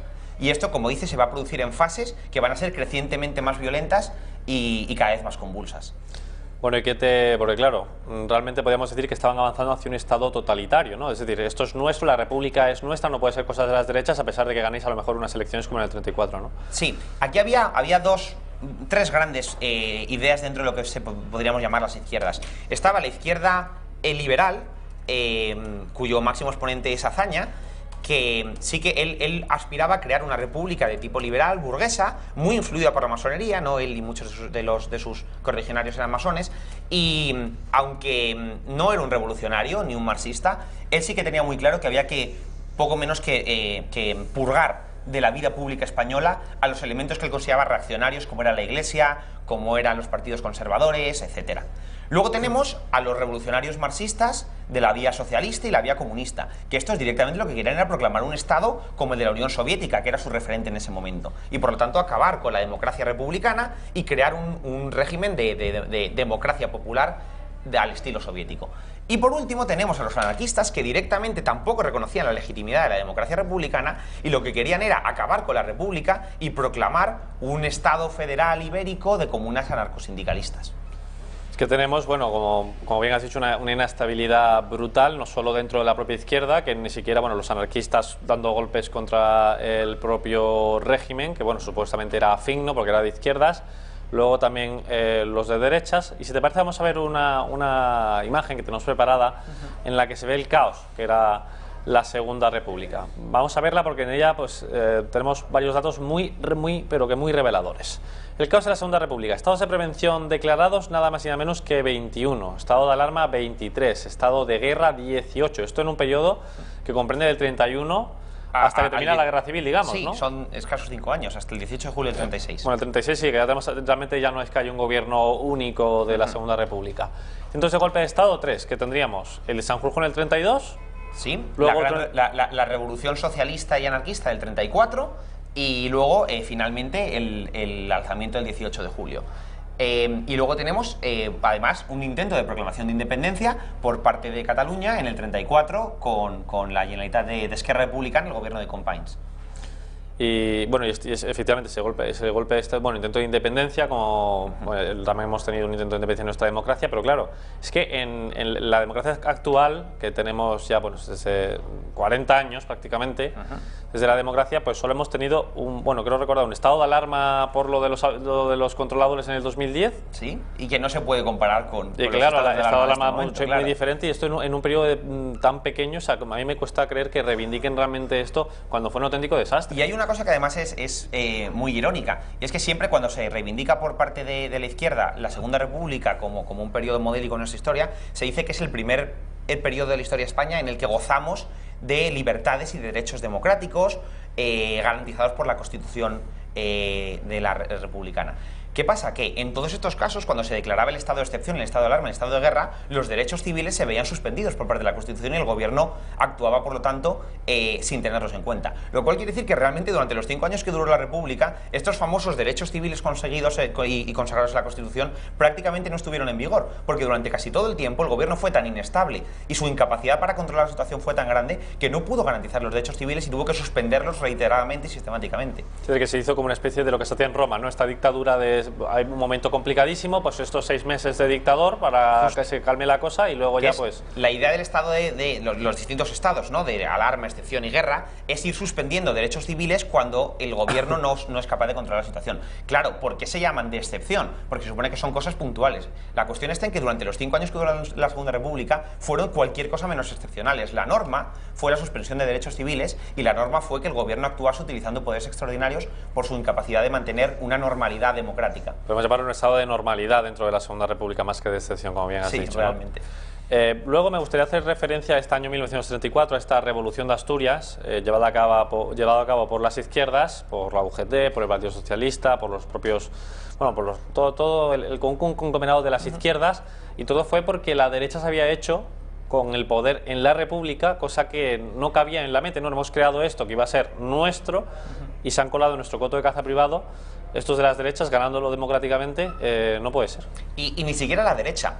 El gobierno contra el que se alza en rebelión el PSOE, la UGT y demás partidos de extrema izquierda, ni siquiera es un gobierno puramente de derechas, es un gobierno de centro presidido por Alejandro Lerroux y el Partido Radical, que era un partido liberal centrista, un partido en gran medida masónico además, y muy moderado. Lo que pasa es que la CEDA, el partido de la derecha, el gran partido de la derecha durante la República, había sido el partido más votado de las elecciones.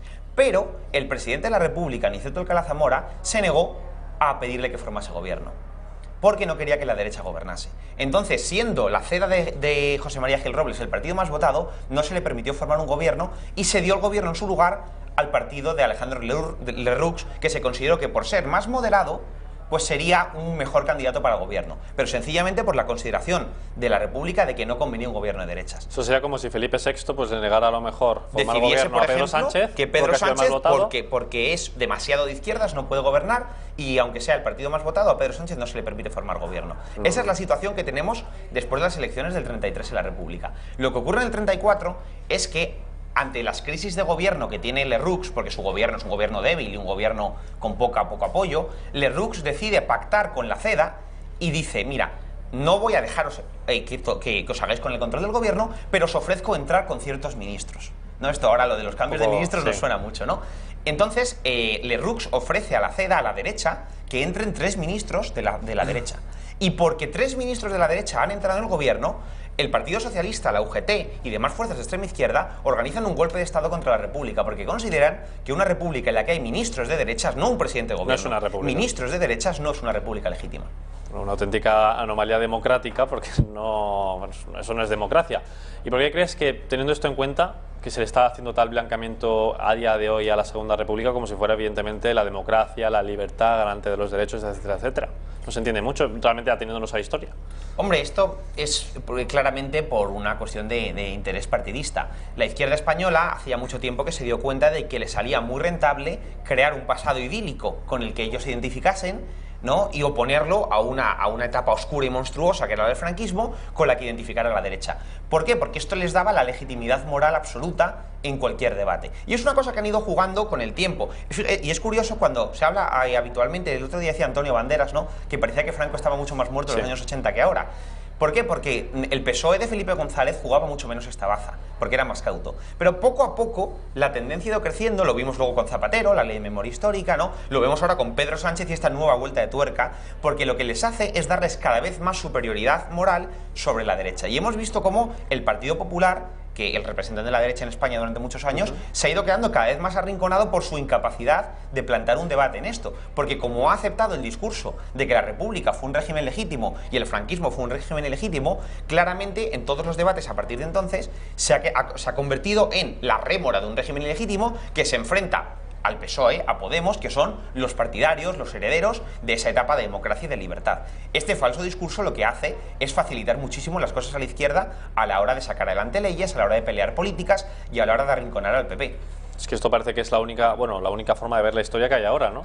Franquismo malo, Segunda República bueno, por lo tanto en la guerra civil pues ganaron los malos. Bueno, hasta el punto de que la reforma de la ley de memoria histórica que ha propuesto Pedro Sánchez, que como digo es darle una vuelta de tuerca y hacerla incluso más represiva y más dura de lo que ya era con Zapatero, entre otras cosas prohíbe que se exalte al franquismo, lo cual quiere decir básicamente ofrecer una versión que no sea absolutamente condenatoria del franquismo, incluso dentro de la historia, lo cual quiere decir que los historiadores como yo nos podemos enfrentar ahora mismo a multas y a penas legales sencillamente por escribir historia. Esto es claramente un ejemplo de censura de libro. Y ya digo, es un proceso en el que iremos a más. Y si no se frena esta tendencia de la izquierda a monopolizar el control del pasado, podremos, o sea, claramente yo estoy seguro que acabaremos alcanzando cotas mucho más graves de represión y de control ideológico. Sí, sí, ahora pues se puede, lo que dice que lo quieren considerar delito de odio, ¿no? O sea, o bueno, que no se pueda interpretar la historia o ver la historia realmente con los datos encima de la mesa, que es lo que vamos a hacer a lo largo de esta sección. Y volviendo a ese año 34, hay muchos historiadores que lo consideran como realmente el inicio de la guerra civil, porque esto fue un punto y aparte de lo que había sucedido hasta el momento, porque a partir de ahí, de ese año 34, se recrudece de tal forma la situación que ya sí que es totalmente insostenible. Claro, imaginemos la situación. Cuesta mucho, ¿no?, en un régimen más estable como el que vivimos hoy en día, hacerse una idea de cómo estaba la República en el 34. Pero tenemos que imaginar que hay un gobierno muy débil, ¿no?, un gobierno que acaba de intentar reformar su gabinete y que se enfrenta con una revolución masiva por parte del partido más votado de la izquierda, el partido más votado de la oposición, que es el Partido Socialista Obrero Español. Es decir, el principal partido de la oposición toma las armas y llama a sus militantes a violentamente acabar con el régimen. En el 34 lo que ocurre es que el intento de golpe de Estado de la izquierda sale mal. Finalmente no tiene tanto apoyo como pensaban, el gobierno consigue controlar la situación, el ejército reprime el levantamiento especialmente duro en Asturias, donde los obreros, los mineros de Asturias llegaron a cometer verdaderas barbaridades y asesinar a muchísimas personas, especialmente religiosos. Y una vez se controla la situación, evidentemente, los líderes de este golpe de Estado, que son los líderes socialistas, Largo Caballero, Indalecio Prieto, etcétera, así como muchos de los criminales que han cometido delitos de sangre, asesinos, torturadores, violadores, que han aprovechado este golpe de Estado para sembrar el caos, van a la cárcel. Lo que pasa es que en el 36, cuando gana las elecciones de nuevo a la izquierda, y ahora veremos cómo las gana, ¿qué hace el Frente Popular? Indulta a todos los presos del 34, de forma indiscriminada, lo cual quiere decir que pone en la calle no solo a los líderes políticos responsables de un golpe de Estado, sino además a todos los criminales que tienen crímenes de sangre y que van a ser los que, una vez empiece la guerra civil, van a dirigir el terror rojo en la zona republicana. En la zona república, bueno, en la Segunda República, como que se fueron asesinados unas 2.000 personas simplemente por materia ideológica, cosa que después se recrudece muchísimo con la guerra civil, evidentemente, ¿no? Ahí sí que ya, bueno, incluso la represión que se produjo lo llamaban el terror rojo. Por supuesto, pero es verdad que muchas veces parece que el terror, la violencia, ¿no?, y la represión política en España empieza el 18 de julio del 36. Y esto no es cierto. Es verdad que se recrudece muchísimo una vez, como es natural, España entra en un estado de guerra y tanto en zona nacional como en zona republicana la violencia aumenta exponencialmente. Pero durante los años de paz y de estabilidad, o teórica estabilidad dentro de la República, durante esos años hay sistemáticamente violencia política en las calles y hay asesinatos por motivos políticos constantes a lo largo de toda la República, especialmente concentrados en algunas fechas que coinciden con los puntos álgidos de los gobiernos de izquierdas, ¿no?, como pueden ser, al principio, según se proclama la República, la quema de conventos y el asesinato de religiosos, luego en el 34, ¿no?, la revolución masiva organizada por el PSOE, y luego, por supuesto, una vez gane el Frente Popular en las elecciones de febrero del 36, elecciones que ganará, entre otras cosas, por el uso sistemático de la violencia política contra los otros partidos. Y hablando de violencia, posiblemente las muertes más abundantes y que realmente no tiene que ver tanto con la política, sino puro odio, fueron las cometidas contra los religiosos. Tenemos aquí un gráfico en el que nos va a desgranar poco a poco cuáles fueron, pues, durante la Guerra Civil, ese anticlericalismo que ya existía durante la República, pero que evidentemente al llegar la Guerra Civil se recrudeció. 11.756 personas, total de religiosos, asesinados simplemente por el hecho de serlo, y más de unos 20.000 edificios religiosos destruidos. Esto fue una de las cosas que marcó realmente, entre otras cosas, la guerra, y que realmente no se está haciendo justicia a día de hoy por ser asesinadas por los republicanos. Por ejemplo, aquellas 12 o 13 monjas que fueron asesinadas por republicanos, y se dice que se desaparecieron, ¿no? Sí, pero claro, todas estas personas tuvieron la desgracia de que los mataron los buenos, entonces nunca van a tener el reconocimiento de la memoria histórica que el gobierno socialista está dando ahora a todas esas otras víctimas, a esas otras 13 rosas a las que sí que todos conocemos porque tienen su película, etcétera. Pero claro, la persecución religiosa ahora mismo no interesa mucho que se vea, pero la tenemos constantemente. Cada poco tiempo se están realizando canonizaciones y beatificaciones, porque España sufrió durante el periodo de la Segunda República la mayor persecución religiosa del catolicismo en el siglo XX. Una cosa en proporción comparable a la persecución de la Unión Soviética contra la Iglesia Ortodoxa y las otras denominaciones cristianas. Es decir, España se enfrenta durante el periodo de la República a un auténtico genocidio religioso que intenta acabar con la Iglesia en el país. Y esto va a ser lo que definitivamente convence a muchísimas personas de que la República no es un régimen legítimo, porque es imposible que un régimen que esté intentando acabar con la Iglesia, sencillamente por odio religioso, pueda ser reconocido. Y por eso, finalmente, en el 36, cuando se produce el levantamiento del ejército, muchísimas de las personas que se suman a este alzamiento son personas que habían inicialmente apoyado a la República y que habían perdido toda su fe en ella cuando habían visto cómo sistemáticamente estaba permitiendo y tolerando el asesinato de monjas, el asesinato de frailes, el asesinato de sacerdotes o de personas sencillamente por ser significadamente católicas. Y luego la izquierda ha criticado mucho, es cierto, que la Iglesia Católica apoyara a Franco, pero es que me parece que era una cuestión de supervivencia. Es decir, si no te posicionas en esto, era o mueres sí, claro, o vas con el que te defiendes. Absolutamente, aquí hay una acusación ridícula que se hace a la Iglesia Católica. Dice, la Iglesia Católica se significó políticamente y apoyó al bando nacional. Dice, no, a la Iglesia la significaron políticamente cuando la izquierda decidió exterminarla. Evidentemente, en ese momento, la Iglesia tuvo que reaccionar poniéndose de parte de aquellos que estaban intentando defenderla. No es que la Iglesia entrase en juego y apoyase un alzamiento militar contra la República, es que la República estaba intentando acabar con la Iglesia Católica y cuando en un bando se estaban asesinando a los sacerdotes y en otro bando se les estaba intentando proteger, pues efectivamente la Conferencia Episcopal y el primado de las Españas, que en ese momento el que dirigía la Iglesia, ¿no?, el arzobispo de Toledo, tuvo que posicionarse con el bando nacional, pero como era lógico, por una cuestión, como bien dices, Miguel, de supervivencia pura y dura. Bueno, ya para concluir, si te parece, Jorge, me gustaría que me dieras una conclusión breve de este periodo de la Segunda República y por qué no se le puede llamar de democrático, aunque ya lo hemos ido explicando en esta sección, y por qué no se merece ese blancamiento al que está siendo sometido. Yo haría como conclusión muy breve, creo que la Segunda República es, y se puede afirmar claramente, el periodo más oscuro, más convulso, más violento de la historia de España, por lo menos en el siglo XX y en el siglo XIX. Y estamos hablando de una historia muy convulsa la nuestra. Es un periodo que en 5 años tiene una represión política brutal, es un periodo que en 5 años va a haber, como hemos visto, sucesivos golpes de Estado, va a haber intentos fallidos de revolución. Es un periodo en el que se intenta acabar con media España que se considera que no es digna de formar parte de ese nuevo gobierno y que además viene de una ilegalidad, va a sufrir varias más y por lo tanto no podemos considerar que sea democrático porque ni en las formas, ni en el origen, ni en la legitimidad funcionó jamás como una democracia normal y corriente. Entonces el mero hecho de comparar lo que tenemos hoy en día en España con lo que fue esa república debería hacernos ver por qué cualquier intento de Pedro Sánchez de decir que la república fue un régimen legítimo o que es su referente es absurdo. Totalmente absurdo, pero es lo que se defiende ahora y lo que también, como bien has dicho, el Partido Popular pues no se dignó a defender, a quitar esa memoria histórica de en medio, que es sin duda una ley pues de lo más injusta y ahistórica, porque no representa y no sigue realmente lo que fue la historia. Jorge, mil gracias por traernos tu análisis sobre este asunto, que es muy importante que la gente lo conozca. Gracias. Y ahora pues nos vamos a volver a ese congreso de CEAPI, porque tenemos novedades. Bueno, sobre todo lo que se está hablando no solo de política en general, sino también, sobre todo, de economía. A la hora de pagar la nómina, si a mí el día 21 de diciembre me aprueban esta ley en Consejo de Ministros, el sábado la publican y entra en vigor, tengo 2 opciones, o no pago la nómina o no cumplo la ley. Entonces, eso hay que saberlo. He puesto este ejemplo como un ejemplo que es un poco caricatura, pero es la realidad, ¿no? Entonces, yo lo que diría es que cuando se legisle, cuando tomen decisiones políticas y demás, consulten con quien al final en un país crea la riqueza, crea el puesto de trabajo y aporta, digamos, tú hablabas de la felicidad, y aporta una felicidad al ciudadano. Sí, yo creo que el problema está en el conocimiento de causa de los políticos que mencionaba María José.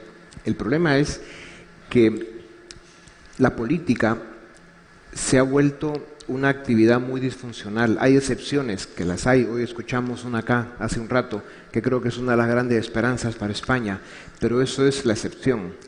Y el problema es que en general, desde la política, cada vez más desde la misma prensa y otros sectores de la sociedad no entienden el proceso. No entienden el proceso económico. El no entender cómo funciona la economía, qué necesidades tiene para operar, qué certezas necesita, eso les provoca estas contradicciones, y sobre todo en un mundo en el que la economía no está siendo suficiente, en el que se están perdiendo muchos trabajos, un mundo que está viviendo una serie de fenómenos que nos están logrando comprender. Somos la generación que se ha beneficiado de la era de mayor crecimiento económico en la historia de la humanidad, de mayor aumento en el bienestar de las personas. La expectativa de vida ha subido de forma importantísima. O sea, realmente estamos capitalizando un nivel de bienestar extraordinario en la forma de vida. El problema es que estamos en un punto de inflexión. Se han acumulado esta serie de fenómenos a los que yo me refiero, la era exponencial en la tecnología, lo que está pasando en la economía, la era de las fake news y toda la distorsión que esto provoca en la raza humana, pues eso genera confusión y necesitamos a un ser humano cada vez más informado, con más pensamiento crítico y con capacidad de discernir en toda la información que está recibiendo. Pero como ese ser humano no ha logrado estar a la altura de estas circunstancias, entonces se provoca en buena medida parte de la distorsión que vivimos. Entonces, a lo que voy es a que es el sector económico, los empresarios, los que tienen que asignar recursos, porque es el único sector que lo puede hacer, no hay otro. Y eso yo lo insisto en todos los foros donde hay empresarios. Si no son los empresarios los que lo hacen en cada país, no van a encontrar otro sector porque el gobierno no lo va a hacer, no lo hace por naturaleza y porque así se ha construido la cultura. Pero es el empresario el que debe asignar recursos para, en este momento crítico en la historia de la humanidad, iniciar un proceso de rescate de la política, volverle a dar el fundamento que necesita para estar a la altura de los tiempos. Ese es el gran desafío. Solo el empresario va a poder unir el recurso humano con el recurso económico que hace falta para trabajar en esa formación de cuadros técnicos, dirigenciales, que puedan enfrentar los desafíos que hoy vivimos. Yo quisiera aclarar que la suficiente información no es suficiente para que se tomen las decisiones. Es decir, en algún momento usted se topa con la ideología. Cuando usted tiene que hacer un plan de estabilización, aumenta el salario, lo baja, sube la tasa de interés, no sube. Es decir, llega un momento en donde la información lo que hace es esclarecer los términos del problema. Pero cuando usted tiene que optar, tiene que tomar una decisión que generalmente compone una ideología detrás. Eso lo hemos visto en América Latina ad nauseam todos los días. Los que hemos estado más o menos vinculados a la gestión pública, pues ahí nos damos cuenta que la información enriquece el debate, pero no alcanza para resolver el problema. ¿No es así? El dictador es el tiempo, que es el que nos va marcando. Ya han apuntado algo sobre lo que debe hacer la política para las empresas, y Dionisio también nos ha apuntado algo de lo que pueden hacer las empresas por la política, pero me gustaría insistir en que explicaran qué creen que pueden hacer las empresas por la política en cada uno de los países, desde el punto de vista de creación de la riqueza, de bienestar de los ciudadanos, también de sentido ético, puesto que las empresas juegan un papel fundamental en algunas cosas, digamos, indeseables en algunos países. Sí. Yo creo que está claro que vivimos una era en el mundo empresarial de la transparencia, de las cuentas claras, de respetar todas las realidades ambientales, fiscales, laborales. Yo creo que eso es cada vez más evidente y más fácil controlarlo. Y hay más legislación que el que se salga pues, de esos comportamientos correctos, pues tiene que ser corregido. Pero el tema de fondo es que en la medida en que el sector empresarial de cada país se active en la vida cívica de su país de una forma también transparente, desde una forma positiva, buscando objetivos claros, pues va a poder lograr los resultados que hoy no estamos logrando. Y creo que siempre en estos foros es bueno, y más en un país como España, recordar el drama venezolano. Eso puede ser un ejemplo de cuando el empresario abandona la política o se aleja de ella y la deja en manos de los peores de la sociedad, que eso pasa demasiado y especialmente en América Latina y a veces también en Europa. Hoy vemos el drama de Venezuela y la forma en que el mundo abandonamos a Venezuela. Se han dicho muchos discursos, han habido cientos de foros y de alegatos, pero la realidad de Venezuela, como dije al principio, cada vez se encuentran menos palabras para ser explicada. Y ese es un ejemplo de cómo el sector que debió desde el principio haber evitado que se llegara a eso, no lo hizo. Es así de simple. Solo el sector privado venezolano, para empezar, y luego el mundo económico iberoamericano, que pudimos haber hecho mucho más esfuerzos para que Venezuela llegara a lo que llegó, no lo hicimos y ahí están las consecuencias. El deterioro de la democracia y finalmente el que se ha convertido un territorio en la finca de unos señores que lo explotan del narcotráfico para cosas peores. Nicaragua no está muy lejos de eso, Bolivia intentan hacerlo, Colombia está en peligro otra vez con el fenómeno de una izquierda financiada desde Venezuela, con una narcoguerrilla activada otra vez. Argentina con el kirchnerismo de regreso, pero ahí hay un proceso electoral y eso es lo que los argentinos quieren, hay que respetarlo. En fin, no logramos una velocidad crucero para que especialmente en el caso de América Latina iniciemos una era de crecimiento sostenido, de consolidación democrática y fortalecimiento de nuestras instituciones. Y eso es porque la política no está funcionando, principalmente porque las sociedades han permitido que los peores vayan a la política. Y eso hay que rescatarlo.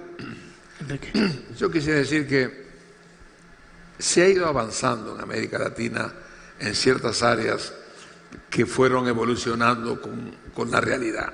Es decir, hoy por hoy, en términos generales, hay excepciones, en la mayoría, gran mayoría, no en todos, pero hay una mayor madurez en el conocimiento de la naturaleza de los problemas. Hoy ya nadie discute que la inflación es mala, nadie discute que hay que exportar, nadie discute que hay que tener una política de tecnología. Hay una cantidad de elementos, los que vivimos unos cuantos años atrás, nos damos cuenta cuánto costó llegar a eso, cuánto costó entenderle miedo a que la inflación destruya. Yo me acuerdo cuando se decía en mi país, por ejemplo, este año es el 80% de inflación. El año que viene esto baja al 40%, te lo puedo asegurar. Bueno, el 40% sigue siendo una barbaridad. Hoy en día estas cosas, hay países que tienen todavía ese problema y usted mencionó uno de ellos.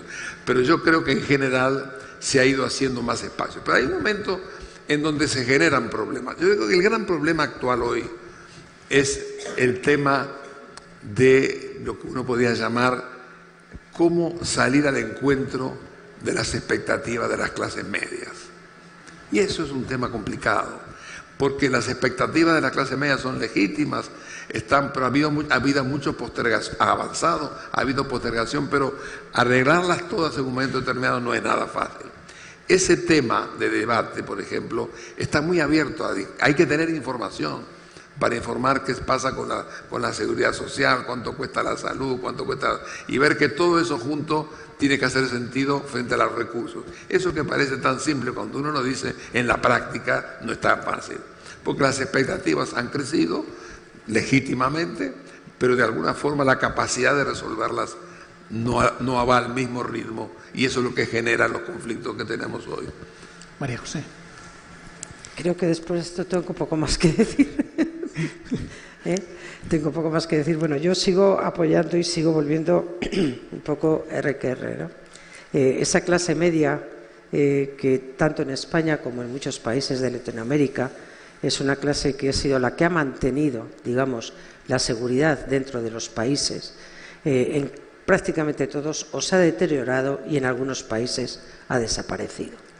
Esa clase media, vuelvo a decir lo mismo, no quiere más que tranquilidad, no quiere más que seguridad y no quiere más que le dejen en paz. Y cuando digo que le dejen en paz no me refiero a que le dejen abandonado, sino a que le dejen vivir. Y eso es un poco lo que en definitiva yo creo que por parte de las empresas también pedimos, que nos dejen vivir los políticos, que nos dejen hacer. Los políticos son muy buenos en lo que tienen que ser, pero no se deben de meter en la vida empresarial, más que en la medida en la que tengan que legislar asuntos que sean generales. Las empresas sabemos perfectamente Creo que sabemos todos en las empresas qué es lo que hay que hacer. Nosotros no tenemos, los empresarios, que creo que hay un gran deterioro de la imagen del empresario que creo que habría que recuperar, entre otras cosas. Ha habido malos ejemplos, pero el empresario sabe qué hacer y sabe que el principal activo que tiene en su balance es el capital humano. Por lo tanto, se va a ocupar del capital humano, no hay ninguna duda. Y estoy hablando de formación, estoy hablando de promoción, estoy hablando de capacidad de superación. Y yo creo que si al empresario le dejasen actuar de una forma mucho más acorde, digamos, con sus principios y sus valores, seguramente otro gallo nos cantaría en un tema tan grave para mí como es el deterioro de la clase media. Yo creo que una reflexión que puede servir para los segundos que nos quedan es que en América Latina tenemos dos grandes referentes, que son Chile y Uruguay. Esos países lo han hecho bien y los resultados están a la vista. El resto de América Latina tiene que copiar esos modelos y que tiene que ver, para mí, con la conclusión que uno siempre saca cuando discute la complejidad que vive el mundo hoy, y es revalorizar las sociedades en general, incluyendo la política, por supuesto. Regresar a los fundamentos de lo que es una democracia liberal, todos los valores que una sociedad necesita para resolver sus crisis y salir adelante. Y vamos a tener que regresar a la mesa de dibujo en muchos países y a reencontrarnos con esos valores para poder vivir estos tiempos tan complejos y pasar este punto de inflexión, este cambio de era con las menores cicatrices posibles, porque sin duda alguna el mundo tiene mucho tiempo por delante. Esto hay que verlo con optimismo, con esperanza, hay que estar bien informados, tener los datos para poder realmente hacer la ecuación correcta y salir adelante. Las oportunidades ahí están.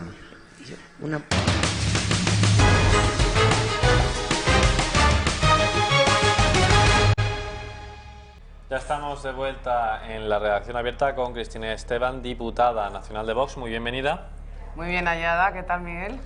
Y bueno, como es de obligación, te tengo que preguntar por toda la polémica que ha acarreado pues que Malena Contestí, que era también diputada, pues abandone el partido, porque tenemos como varias versiones, ¿no? La versión del partido, que ahora me la cuentas, y la versión de Malena, que emitió el siguiente comunicado, que no deja en buen lugar a Vox en absoluto. Vamos a verlo ahora a pantalla completa porque os insulta al partido por todos lados. Comunicado de Malena Contestí, diputada nacional de Vox. Habla que es un partido en el que hay demagogia, homofobia, un partido antisistema y demás. Viendo como una foto con una bandera gay del movimiento gay es motivo de expulsión del partido. Dice que esto pasa en Vox. Viendo también cómo se manipula la realidad para vincular el terrorismo con la inmigración. Dice que eso también pasa en Vox. Y también criminalizando a la mujer que pasa por el trauma de abortar. Vamos a continuar viendo declaraciones, las más importantes de este documento. Vox es un partido extremista y antisistema y con ello me ha traicionado. Anuncio mi renuncia a liderar ninguna de las listas de Vox de cara a las elecciones del próximo 10 de noviembre. Y ahora me comentas esto porque entiendo que la versión del partido es diferente en este último punto, porque no es que renuncie, sino que el partido no ha querido que ella sea la cabeza de lista por las Islas Baleares, ¿no? Bueno, yo por lo que he observado sí que es verdad que Malena tuvo un momento bastante grave de deslealtad en agosto del año pasado. Además estaba yo precisamente en Mallorca pasando unos días y la vuelta del verano yo vi que había rebajado el tono, que estaba como más y vamos, yo pensé que la cosa estaba solucionada, pero obviamente ahora al convocar nuevas elecciones, pues después de lo que había hecho el pasado verano, pues... ¿Qué es lo que pasó el pasado verano para que lo sepan nuestros espectadores? Bueno, hubo una especie como de instigación dentro del partido de Actúa Baleares, que es el que se ha reabsorbido en Vox, ¿no? Y entonces fue como un grupo que empezaron a acusar de una especie de... no financiación ilegal, pero como de unos pagos opacos que había entre ellos hacia ella. Pero bueno, obviamente el partido lo primero que ha hecho es investigarlo, porque somos los primeros interesados en que eso se aclare. No hubo indicios de nada pero Malena habló con la prensa en vez de hablar con el partido. Bueno, hizo las cosas muy... Ahí dimitió de todos sus cargos en Actúa Baleares, vamos, en Vox Baleares, y sí se mostró pues desleal al partido, vamos. Y al fin y al cabo, bueno, según decís, realmente es... Al partido de nosotros, realmente. Sí, por no ir en las listas ha sido lo que ha provocado esta reacción tan desmedida. Bueno, absolutamente. Sí, yo creo que se está equivocando como persona y creo que... Pero bueno, en el momento que ha sabido, que a mí me parecía bastante obvio que no fuera en listas después de lo que había ocurrido, porque claro, hay cosas que se pueden corregir, pero la deslealtad es muy difícil de corregir. Y entonces no hay más que ver. Yo no sé si podéis tener por ahí unos vídeos del grupo parlamentario Vox que hemos estado haciendo los diputados y el Bueno, vídeo... sí que lo tenemos, si te parece lo vemos, porque claro... Es que este vídeo es de hace 4 días, entonces es muy sorprendente que ahora se sienta incómoda en un partido en el que hace 4 días estaba diciendo esto. ¿Sabes cuál te digo? Sí, vamos a ver ese vídeo de Malena Contestilla y bueno, si te parece cerramos enseguida el tema porque me gustaría que viéramos más la actualidad más que el salseo un poco que al fin y al cabo es esto. Vamos a ver esa declaración de Malena Contestilla la semana pasada y lo que ha pasado ahora, que no cuadra mucho. Han sido 4 meses en los que he tenido el honor y la responsabilidad de representar a todos los españoles en el Congreso de los Diputados. Al mismo tiempo ha sido un honor que el Congreso me designara como una de las vicepresidentas de la Mesa de Comisión de Trabajo, Migraciones y Seguridad Social, así como haber sido portavoz del grupo parlamentario en la Comisión de Función Pública y Política Territorial y portavoz adjunta en Industria y Turismo y en la Comisión de los Pactos de Toledo. Y por todo ello y mucho más seguiremos luchando después del 10N, abordando a fondo muchos más temas claves para España y para los españoles. Pues sí, mucha diferencia de lo que dice en 4 días de diferencia. Mi intuición es que pronto sabremos el motivo, pero bueno, eso es intuición mía. Bueno, si te parece vamos a pasar ya a otros asuntos porque tenemos la actualidad política cargadita. Hoy es día 1 de octubre y como saben ustedes, Ciudadanos dijo en el día de ayer lo siguiente. Vamos a escuchar rápidamente a Lorena Roldán proponiendo, bueno, con esa idea de si iban a llevar a cabo una moción de censura contra Quim Torra por su vinculación de alguna forma con los CDR.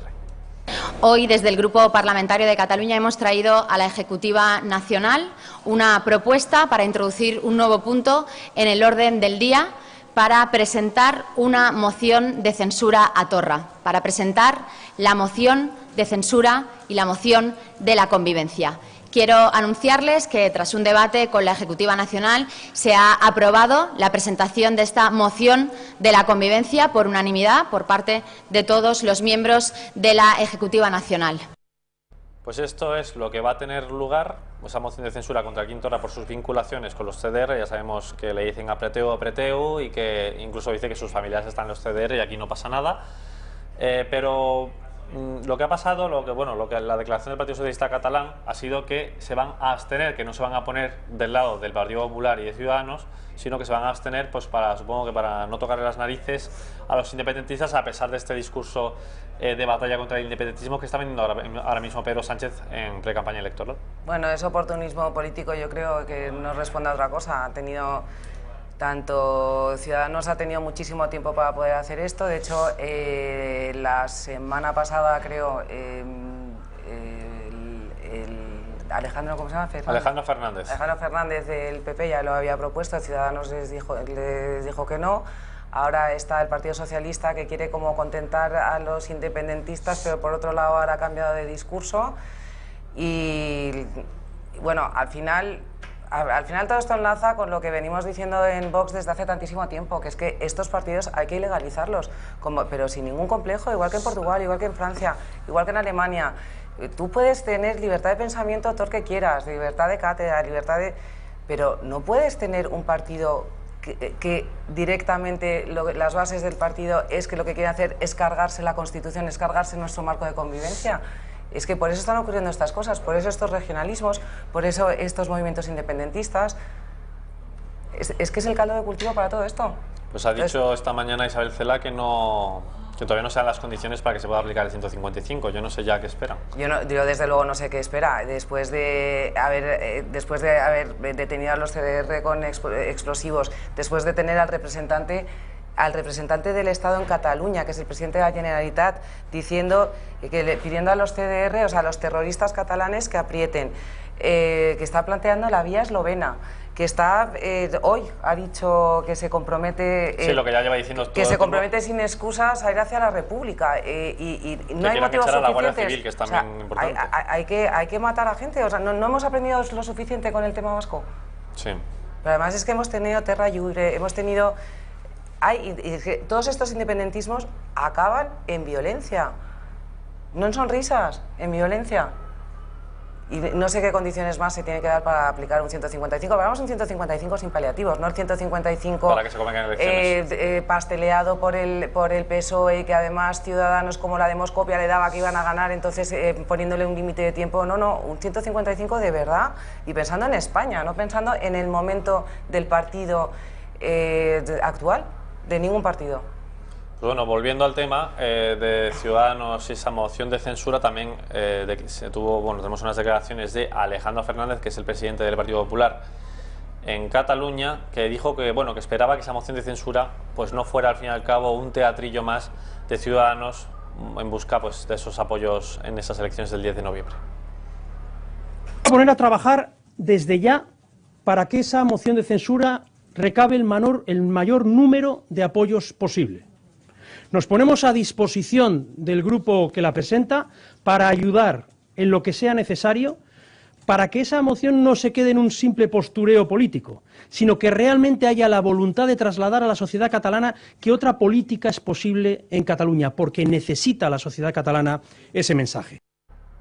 Bueno, tendrá que recabar muchos apoyos, pero realmente está complicado porque, como ya les he dicho, el Partido Socialista Catalán ha anunciado hoy que se va a abstener y no va a votar a favor. O sea, si ni siquiera estamos de acuerdo entre el Partido Popular, Ciudadanos y el Partido Socialista, que más o menos se le podría meter en ese grupo, que no sea independentista netamente, mal vamos en la constitución a los independentistas porque siguen ganando terreno y nadie les pala los pies. No, mal vamos, porque además es que como dijo Santiago Abascal en la tribuna, ¿no? El Partido Socialista, sobre todo a Sánchez, lo mismo le da a Juana que es su hermana. Es que está el oportunismo y es ahora me valgo de independentistas, ahora me valgo de constitucionalistas, ahora me valgo de lo que sea para estar en el poder y para conseguir votos. Y luego también está el tema, tanto el PSOE como el PP también se han valido de estos partidos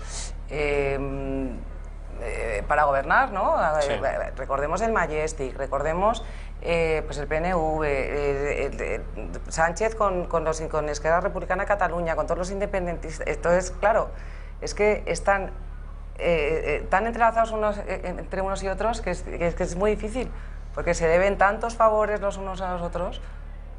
Que es difícil que se separen de eso. Es difícil que sea ninguno contundente con una aplicación de 155, con un mensaje claro hacia la defensa de la Constitución. Pero claro, si luego te estás valiendo de los votos de PNVs, convergencias y demás para gobernar, pues eso es muy complicado. Pues efectivamente, de hecho decía Pablo Casado esta mañana que lo que tiene que hacer Sánchez, después de haber visto lo último que hemos conocido sobre los CDR y demás y Torra, es que tiene que romper cualquier pacto que tenga con él. No puede mantenerlo en 40 municipios en Cataluña porque la situación ya es insostenible y con una persona que está ideando planes terroristas por detrás no puedes ni ir a la vuelta de la esquina. No, claro. Efectivamente. Bueno, el Partido Socialista Catalán, como he dicho, se va a abstener, pero es que desde Podemos a lo mejor le presionaron un poquito en el día de ayer para que dejara de ser el pagafantas. Vamos a verlo, Jaume Asens. Nos preocupa que mire tanto a la derecha y no a su izquierda, y nos preocupa el PSC, un PSC totalmente desdibujado que ha perdido su voz y la ha cedido al Partido Socialista, y en ese sentido, respondiendo a las palabras del señor Iceta, nos parece que el principal pagafantas en Cataluña es quien baila solo al ritmo del artículo 155 de Pedro Sánchez y no tiene ninguna propuesta por Cataluña. Qué diferentes formas de ver las cosas, ¿no? Aquí lo vemos desde aquí como que 155, Pedro Sánchez, el Partido Socialista, ni de broma, y ahí pues dicen que baila al ritmo de 155, es decir, unas perspectivas demasiado diferentes como para... Sí, supuestamente siendo el mismo partido, ¿no? Bueno, es increíble. Bueno, cerramos este tema ya y te quería preguntar rápidamente por la prisión permanente revisable. Ya sabes que Ana Julia Quezada fue condenada finalmente a cumplir con esta pena, que va entre los 25 y los 35 años, y cuando pasan esos años se hace esa prueba de a ver si se puede reintegrar a esta persona en la sociedad, si está capacitada para ello. Si te parece, vamos a ver los últimos casos de prisión permanente revisable, que no son pocos. Aquí tenemos a Ana Julia durante el juicio, y vamos a ver los últimos casos porque son todos espeluznantes y gente pues que probablemente de la cabeza muy bien no puede estar. Daniel Oubel, motivo: asesinó a sus 2 hijas de 9 y 4 años, las drogó y las desmembró con una radial. Esto es posiblemente de los más horribles. Otro de los casos, vamos a ver el siguiente, el de Ana Julia. Bueno, pues al final acabó por asfixia, pero ¿a quién se le ocurre, no, matar a un niño de forma tan cruel? Daniel Montaño tiró a la ventana a un bebé de 17 meses, intentó asesinar a su madre. Son gente pues que no está preparada. Al fin y al cabo, esta es la tesis para salir de la cárcel, en mi opinión. No sé cuál es la perspectiva de Vox con respecto a la prisión permanente revisable o directamente mal llamada cadena perpetua por la izquierda, porque esto no es cadena perpetua. No, nosotros estamos a favor de la prisión permanente sin eufemismos. O sea, revisable es que ya no tiene ningún sentido porque ya es como una excusa para rebajar esa pena. No, revisable no, es que son personas... Creemos que son personas que no están preparadas para reinsertarse en la sociedad y sobre todo que no se les puede dar una oportunidad por si se habían reinsertado y entonces a quien le toca que le asesinen es como, no, es que éramos tan buenos que queríamos reinsertarle. No, estamos completamente a favor de la prisión permanente. Que luego esas personas pueden pasar de la cárcel a una clínica psiquiátrica si se portan, pues eso ya habría que verlo, pero vamos. Sí, bueno, y esa gente pues no está preparada directamente. No estamos a favor de los eufemismos, ya sabes que en Vox somos muy claros en nuestro mensaje. Como siempre, como en casi todos los temas, que pese a las críticas no tenéis tapujos en decir las cosas como las pensáis. Cristina, muchas gracias por estar aquí en esta redacción abierta, como siempre. Nos vamos ya, les dejamos con Tiempos Modernos, nueva temporada con Fernando Paz. Hasta mañana a las 12:30.